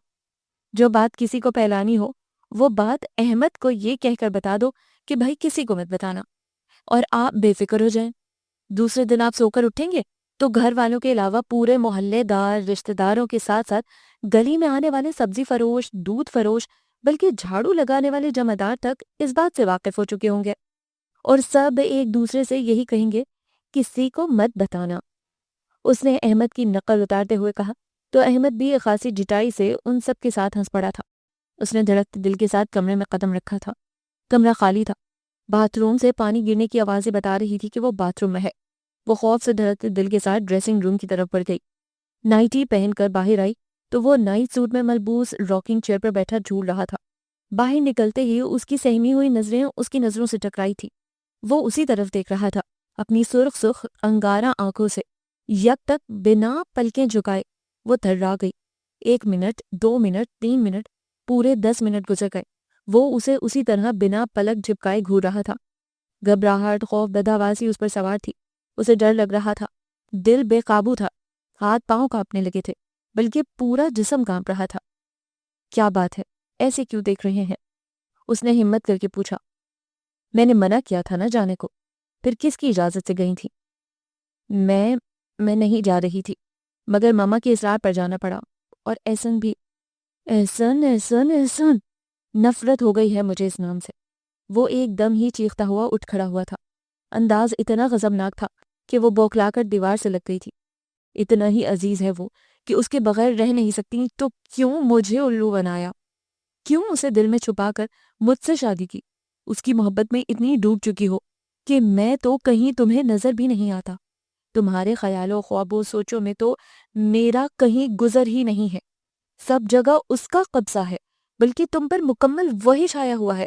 احد، احد، سٹاپ اٹ، بکواس بند کرے اپنی۔ وہ کس لہجے میں، کس انداز میں اس کے اور احسن کے پاکیزہ تعلقات کا موازنہ کر رہا تھا کہ اسے خود سے گھین آنے لگی۔ وہ تڑپ کر گویا ہوئی تھی۔ بکواس؟ اب تمہیں میری باتیں بکواس ہی لگیں گی؟ نادانی اور خود فراموشی کے بھنور سے تو میں آج نکلا ہوں۔ نہ جانے مجھے کیا ہو گیا تھا جو سب جانتے اپنی آنکھوں سے دیکھنے کے باوجود تمہاری تمنا کر بیٹھا۔ کیا مجھے نہ معلوم تھا کہ تم اور احسن ایک دوسرے کو کتنا چاہتے ہو، کتنا پسند کرتے ہو؟ ایک دوسرے کے بنا رہ نہیں سکتے تھے۔ وہ تمہارے اشاروں پر ناچتا تھا، تم اس کے کہنے پر چلتی تھیں۔ اس سے ملنے پر کتنی خوش ہوتی ہو، کبھی مجھے دیکھ کر ایسی مسکراہٹ تمہارے چہرے کو روشن نہیں کرتی، کبھی میرے ساتھ باہر جانے کی خواہش نہیں کی۔ آج اس کے ایک اشارے پر میری بات رد کر کے چلی گئیں۔ بس بس، بہت ہو چکا۔ مزید بے حیائی میری غیرت گوارا نہیں کر سکتی۔ میں قریب رہ کر بھی تمہاری قربت کو ترسوں اور وہ مزے سے میرے حقوق غصب کرتا جائے۔ احد، آپ ہوش میں تو ہیں، آپ کا معلوم ہے آپ کیا کہہ رہے ہیں؟ ہاں ہاں، ہوش میں اب آیا ہوں، لیکن کسی سے زیادہ میں اپنے دل سے مجبور ہوں کہ چاہنے کے باوجود تمہیں خود سے جدا نہیں کر سکتا، اور تمہیں آخری وارننگ دے رہا ہوں، باز آ جاؤ اپنی حرکتوں سے۔ شریف عورتوں کی طرح زندگی گزارنا سیکھو۔ اب میری بیوی ہو اور میری بن کر رہو۔ بھول جاؤ کہ پہلے کسی کی محبوبہ تھیں۔ خاموش رہنے والی زبان زخم پر زخم لگا رہی تھی۔ وہ ششدر کھڑی اسے دیکھ رہی تھی، اس کے وجود سے جیسے کسی نے روح کھینچ ڈالی تھی۔ احد کے لبوں سے نکلا غلط فہمی اور بد اعتمادی کا زہر اس کی سماعتوں سے اتر کر شریانوں میں پھیلنے لگا۔ اذیت سے اس کا روم روم جلنے لگا۔ احد کے لفظ نہیں، خار تھے جو اس کی روح تک میں پیوست ہو گئے تھے۔ اس کا سرخ چہرہ، لہو رنگ آنکھیں، اس کی حالت اس وقت کچھ ایسی ہی ہو رہی تھی کہ مارے سہم کے کچھ نہ بول پائی۔ اپنی صفائی میں ایک لفظ منہ سے نہ نکل سکا تھا۔ وہ چاہ رہی تھی کہ اس سے کہے وہ جو سوچ رہا ہے، سمجھ رہا ہے، بالکل غلط ہے، بے بنیاد ہے۔ وہ اور احسن تو صرف دوست ہیں، اگر ایسی بات ہوتی تو وہ کبھی بھی اس کا پروپوزل قبول نہ کرتی، اس سے اتنی شدید محبت نہ کرتی کہ اس کی تمام جفاؤں کے باوجود ابھی بھی صرف اور صرف اس کی بن کر رہنا چاہتی تھی۔ وہی تو اس کی زندگی میں آنے والا پہلا اور آخری مرد تھا، لیکن اسے کس طرح کہتی؟ وہ جس حالت میں تھا، کہاں اس کی وفاؤں پر اعتبار کرتا؟ وہ اس پر یقین رکھتا ہی نہیں تھا، ورنہ اس طرح اس کے کردار کی دھجیاں نہ بکھیرتا۔ وہ ان لمحوں میں خود کو بری طرح گھائل محسوس کر رہی تھی۔ جس شخص کو اس نے روح کی گہرائیوں سے چاہا تھا وہی بے اعتبار نکلا، اس کے رویوں، جذبوں اور محسوسات کو جان نہ پایا تھا۔ خود نہ جانے اس بد اعتمادی کی آگ میں کب سے جل رہا تھا اور اسی الاؤ میں اسے بھی گرا چکا تھا۔ اس کی اذیت انتہاؤں کو چھونے لگی، رگ رگ چٹکنے لگی، اندر گھٹن بڑھنے لگی تو آنسوں کی صورت آنکھوں سے بہنے لگی۔ وہ بیڈ پر بیٹھ کر پھوٹ پھوٹ کر رونے لگی۔ مت بہاؤ یہ مصنوعی آنسو، مجھ پر ان کا کوئی اثر نہیں ہونے والا، اور کان کھول کر سن لو، آج کے بعد اس سے ملنا تو دور، کبھی نام بھی لیا تو اپنا انجام سوچ لینا۔ وہ غصے میں کہہ کر رکا نہیں، تیزی سے کمرے سے نکل گیا۔ دوسرے دن وہ آفس سے آیا تھا کہ لان میں گھنے درختوں کی آڑ میں اسے گلابی آنچل لہراتا ہوا نظر آیا۔ پہلے تو وہ ٹھٹک کر رک گیا، پھر ایک دم ہی کوئی خیال بجلی کی مانند کودا تھا۔ وہ دبے قدموں سے اس جانب بڑھ گیا تھا اور اس کے خیال کی تصدیق ہو گئی تھی۔ وہاں احسن اور مسکان ہی بیٹھے باتیں کر رہے تھے۔ وہ اس کے منع کرنے کے باوجود اسے ملے بغیر رہ نہ سکی تھی اور اس کی غیر موجودگی کا فائدہ اٹھا کر اپنی خواہشوں کو سیراب کرنے چلی آئی تھی۔ وہ خود سے خفا ہو گیا۔ ناحق اس ہرجائی بے وفا کی خاطر کل رات سے اب تک فکر مند اور غمزدہ تھا کہ جذبات میں نامعلوم کیا کیا اسے کہہ گیا تھا۔ جب اترا تو ندامت محسوس ہونے لگی تھی اور اس وقت وہ آفس سے جلد لوٹ آیا تھا کہ اسے منا کر قرار حاصل ہوگا، وگرنہ وہ بھی بے سکون رہے گا۔ یہاں سب دیکھ کر اسے اپنی شرمندگی پر ندامت ہونے لگی تھی۔ اپنا ایک ایک لفظ بالکل مناسب لگا تھا۔ وہ اسی قابل تھی، بلکہ اس سے کہیں زیادہ کی حقدار۔ وہ ایک جنون میں آگے بڑھا تھا کہ نسوانی آواز نے اس کے قدم جکڑ لیے تھے، سماعتوں میں دھماکے ہونے لگے تھے۔ میں اور ماما بھی آج کل احد بھائی اور بھابھی میں کافی کھچاؤ محسوس کر رہے ہیں، اور نہ بھابھی بتاتی ہیں نہ بھائی۔ آج تو بھائی ناشتہ کیے بغیر ہی گھر سے چلے گئے تھے اور بھابھی نے ماما کے اصرار پر صرف ایک کپ چائے پی ہے۔ بخار الگ بہت ہو رہا ہے ان کو۔ یہ آواز عمیرہ کی تھی، ان کی بہن کی، جس کو وہ مسکان سمجھ رہا تھا۔ میں بھی اسے بہت بدلا بدلا محسوس کر رہا ہوں۔ پہلے ہر وقت میری پرچھائی بنی رہتی تھی، مگر اب دیکھ رہا ہوں وہ میری پرچھائی سے بھی گریزاں ہے۔ مجھے دور سے دیکھ کر ہی راستہ بدل لیتی ہے۔ وہ مجھے بے حد عزیز ہے۔ اس سے میرے ایک نہیں کئی رشتے ہیں، کزن، بہن، اور سب سے بڑا رشتہ دوستی کا ہے، جو سب رشتوں سے بڑا اور خوبصورت ہے۔ اور تمہیں معلوم ہے مجھے تمہاری جانب راغب بھی اسی نے کیا ہے، اور میں جانتا ہوں اس کی پسند اعلیٰ ہوتی ہے۔ معاملہ تھا احد کو راضی کرنے کا، تو آج کل میں اسی سلسلے میں اس کی جان کھا رہا تھا کہ وہ کسی طرح بھی اپنے شوہر نامدار کو راضی کرے، اور ابھی یہ معاملہ سلجھا بھی نہ تھا کہ اس نے مجھ سے کنارہ کشی اختیار کر لی۔ احد کی تو نیچر ہی سب سے الگ تھلگ اپنی دنیا میں مگن رہنے کی ہے، مگر وہ ایسی کیوں ہو گئی ہے؟ سب سے بڑا مسئلہ ہے میری بات کون کرے گا؟ میں جانے سے پہلے چاہتا ہوں تمہیں اپنے نام منسوب کر جاؤں۔ احسن کے لہجے میں صداقت تھی۔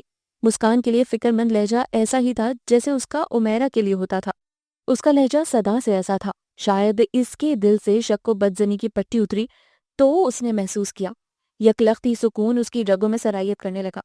کوئی بارے گراں تھا جس سے وہ خود کو آزاد محسوس کر رہا تھا۔ گہری دھند تھی جو چھٹ گئی تھی، بدگمانیوں کے سیاہ بادل چھٹ گئے تھے، دل کا افق شفاف تھا، فضا نکری نکری تھی۔ ایک عرصے تک وہ شدید غلط فہمی کے گرداب میں رہا تھا، جس میں پھنس کر ان خوبصورت دنوں کے بے شمار پل وہ ضائع کر چکا تھا، جن کا احساس اسے اب ہوا تھا۔ اسے رلایا تھا تو تڑپا خود بھی کم نہیں تھا۔ جتنے دکھ اسے دیے تھے اتنا درد خود بھی لیا تھا۔ اس کی آنکھوں سے آنسو برستے تھے تو دل اس کا بھی خون کے آنسو روتا تھا۔ ایک ایک کر کے اپنی تمام بے وقوفیاں یاد آنے لگیں تو شرمندگی کے ساتھ ساتھ اپنے پاگل پن پر ہنسی بھی آئی کہ محبت کا جذبہ ہوتا ہی ایسا انتہا پسند اور خود سر ہے کہ جب قلب کو مسخر کرتا ہے تو اس کے ساتھ ہی دماغ کو بھی فارغ کر ڈالتا ہے، پھر سمجھ بوجھ روٹ جاتی ہے اور محبت کی نظر ہو جاتی ہے۔ کیسا جذبہ ہے محبت جو اچھے بھلے بے ریا اور سیدھے انسان کو شکی و حاسد و کٹھور بنا ڈالتی ہے۔ جس چہرے پر اس کی نظر ٹھہر جائے، جسے یہ اپنا مان لے، پھر کسی اور کی نگاہ اس چہرے پر برداشت نہیں کر سکتی۔ ہر سمت صرف اپنا حصار چاہتی ہے۔ اب کیا ہوگا میرا؟ جن پتوں پہ تکیا تھا وہی پتے ہوا دینے لگے۔ کتنے مان سے مسکان کو اپنا سمجھا تھا، وہ بھی ظالم بن گئی، لفٹ ہی نہیں دیتی۔ کروں تو کروں کیا؟ تم ہی مشورہ دو۔ وہ بالوں میں انگلیاں چلاتا بس ہو رہا تھا۔ مجھے کیا معلوم؟ میں ایک مشرقی لڑکی ہوں، میرے بڑے جو فیصلہ کریں گے مجھے منظور ہوگا۔ عمیرہ شانے اچکاتی ہوئی کھڑی ہو گئی تھی۔ یہ مشرقی لڑکیاں بھی بڑی چالاک ہوتی ہیں، محبت کر کے فیصلے اپنے بڑوں پر چھوڑ دیتی ہیں، اور ہم جیسے لوگ دعا کرتے رہ جاتے ہیں کہ فیصلہ ہمارے حق میں ہو۔ احسن دہائی دینے والے اسٹائل میں بول رہا تھا۔ عمیرہ اس سے کچھ فاصلے پر کھڑی تھی۔ آہت کا دل اس کی جانب سے صاف ہو چکا تھا۔ وہ مسکراتا ہوا ڈرامائی انداز میں بولا، تمہاری دعا قبول ہوئی، فیصلہ تمہارے حق میں ہو گیا ہے۔ اب شریف نوجوان بلکہ طلبگار بن کر اپنے والدین کو ہمارے گھر بھیجو تاکہ باضابطہ کارروائی کی جائے۔ اچانک اسے سامنے دیکھ کر عمیرہ سٹ پٹا گئی تھی، جبکہ احسن کی زبان رک گئی تھی۔ زندگی میں پہلی بار وہ جھینپا تھا۔ اب مجھے محسوس ہوا جن کی زبان مسلسل چلتی ہے ان کے دماغ بالکل خالی ہوتے ہیں۔ تم اگر پہلے ہی بتاتے تو اتنی تکلیف ہمیں اٹھانی نہیں پڑتی۔ میں نے سوچا تھا آپ عشق میں بہت پہنچے ہوئے ہیں، یقیناً میرا حال جان جائیں گے، مگر کچھ دیر سے آپ کو کشف ہوا۔ لیکن وہ کہتے ہیں نا، دیر آئے درست آئے۔ اس کے قہقہ میں آہت کا جاندار قہقہ بھی شامل تھا۔ عمیرہ پہلے ہی وہاں سے چلی گئی تھی۔ وہ کمرے میں آیا تو بال سلجھا رہی تھی، بیٹھی ہوئی۔ طبیعت کیسی ہے؟ دل سے غبار صاف ہوا تو لہجہ خود بخود محبتوں سے لبریز ہو گیا۔ مجھے کیا ہوا؟ اس کا دھیما انداز روٹھا روٹھا تھا۔ وہ محسوس کر کے مسکرا دیا۔ عمیرہ بتا رہی تھی ٹیمپریچر ہو رہا ہے۔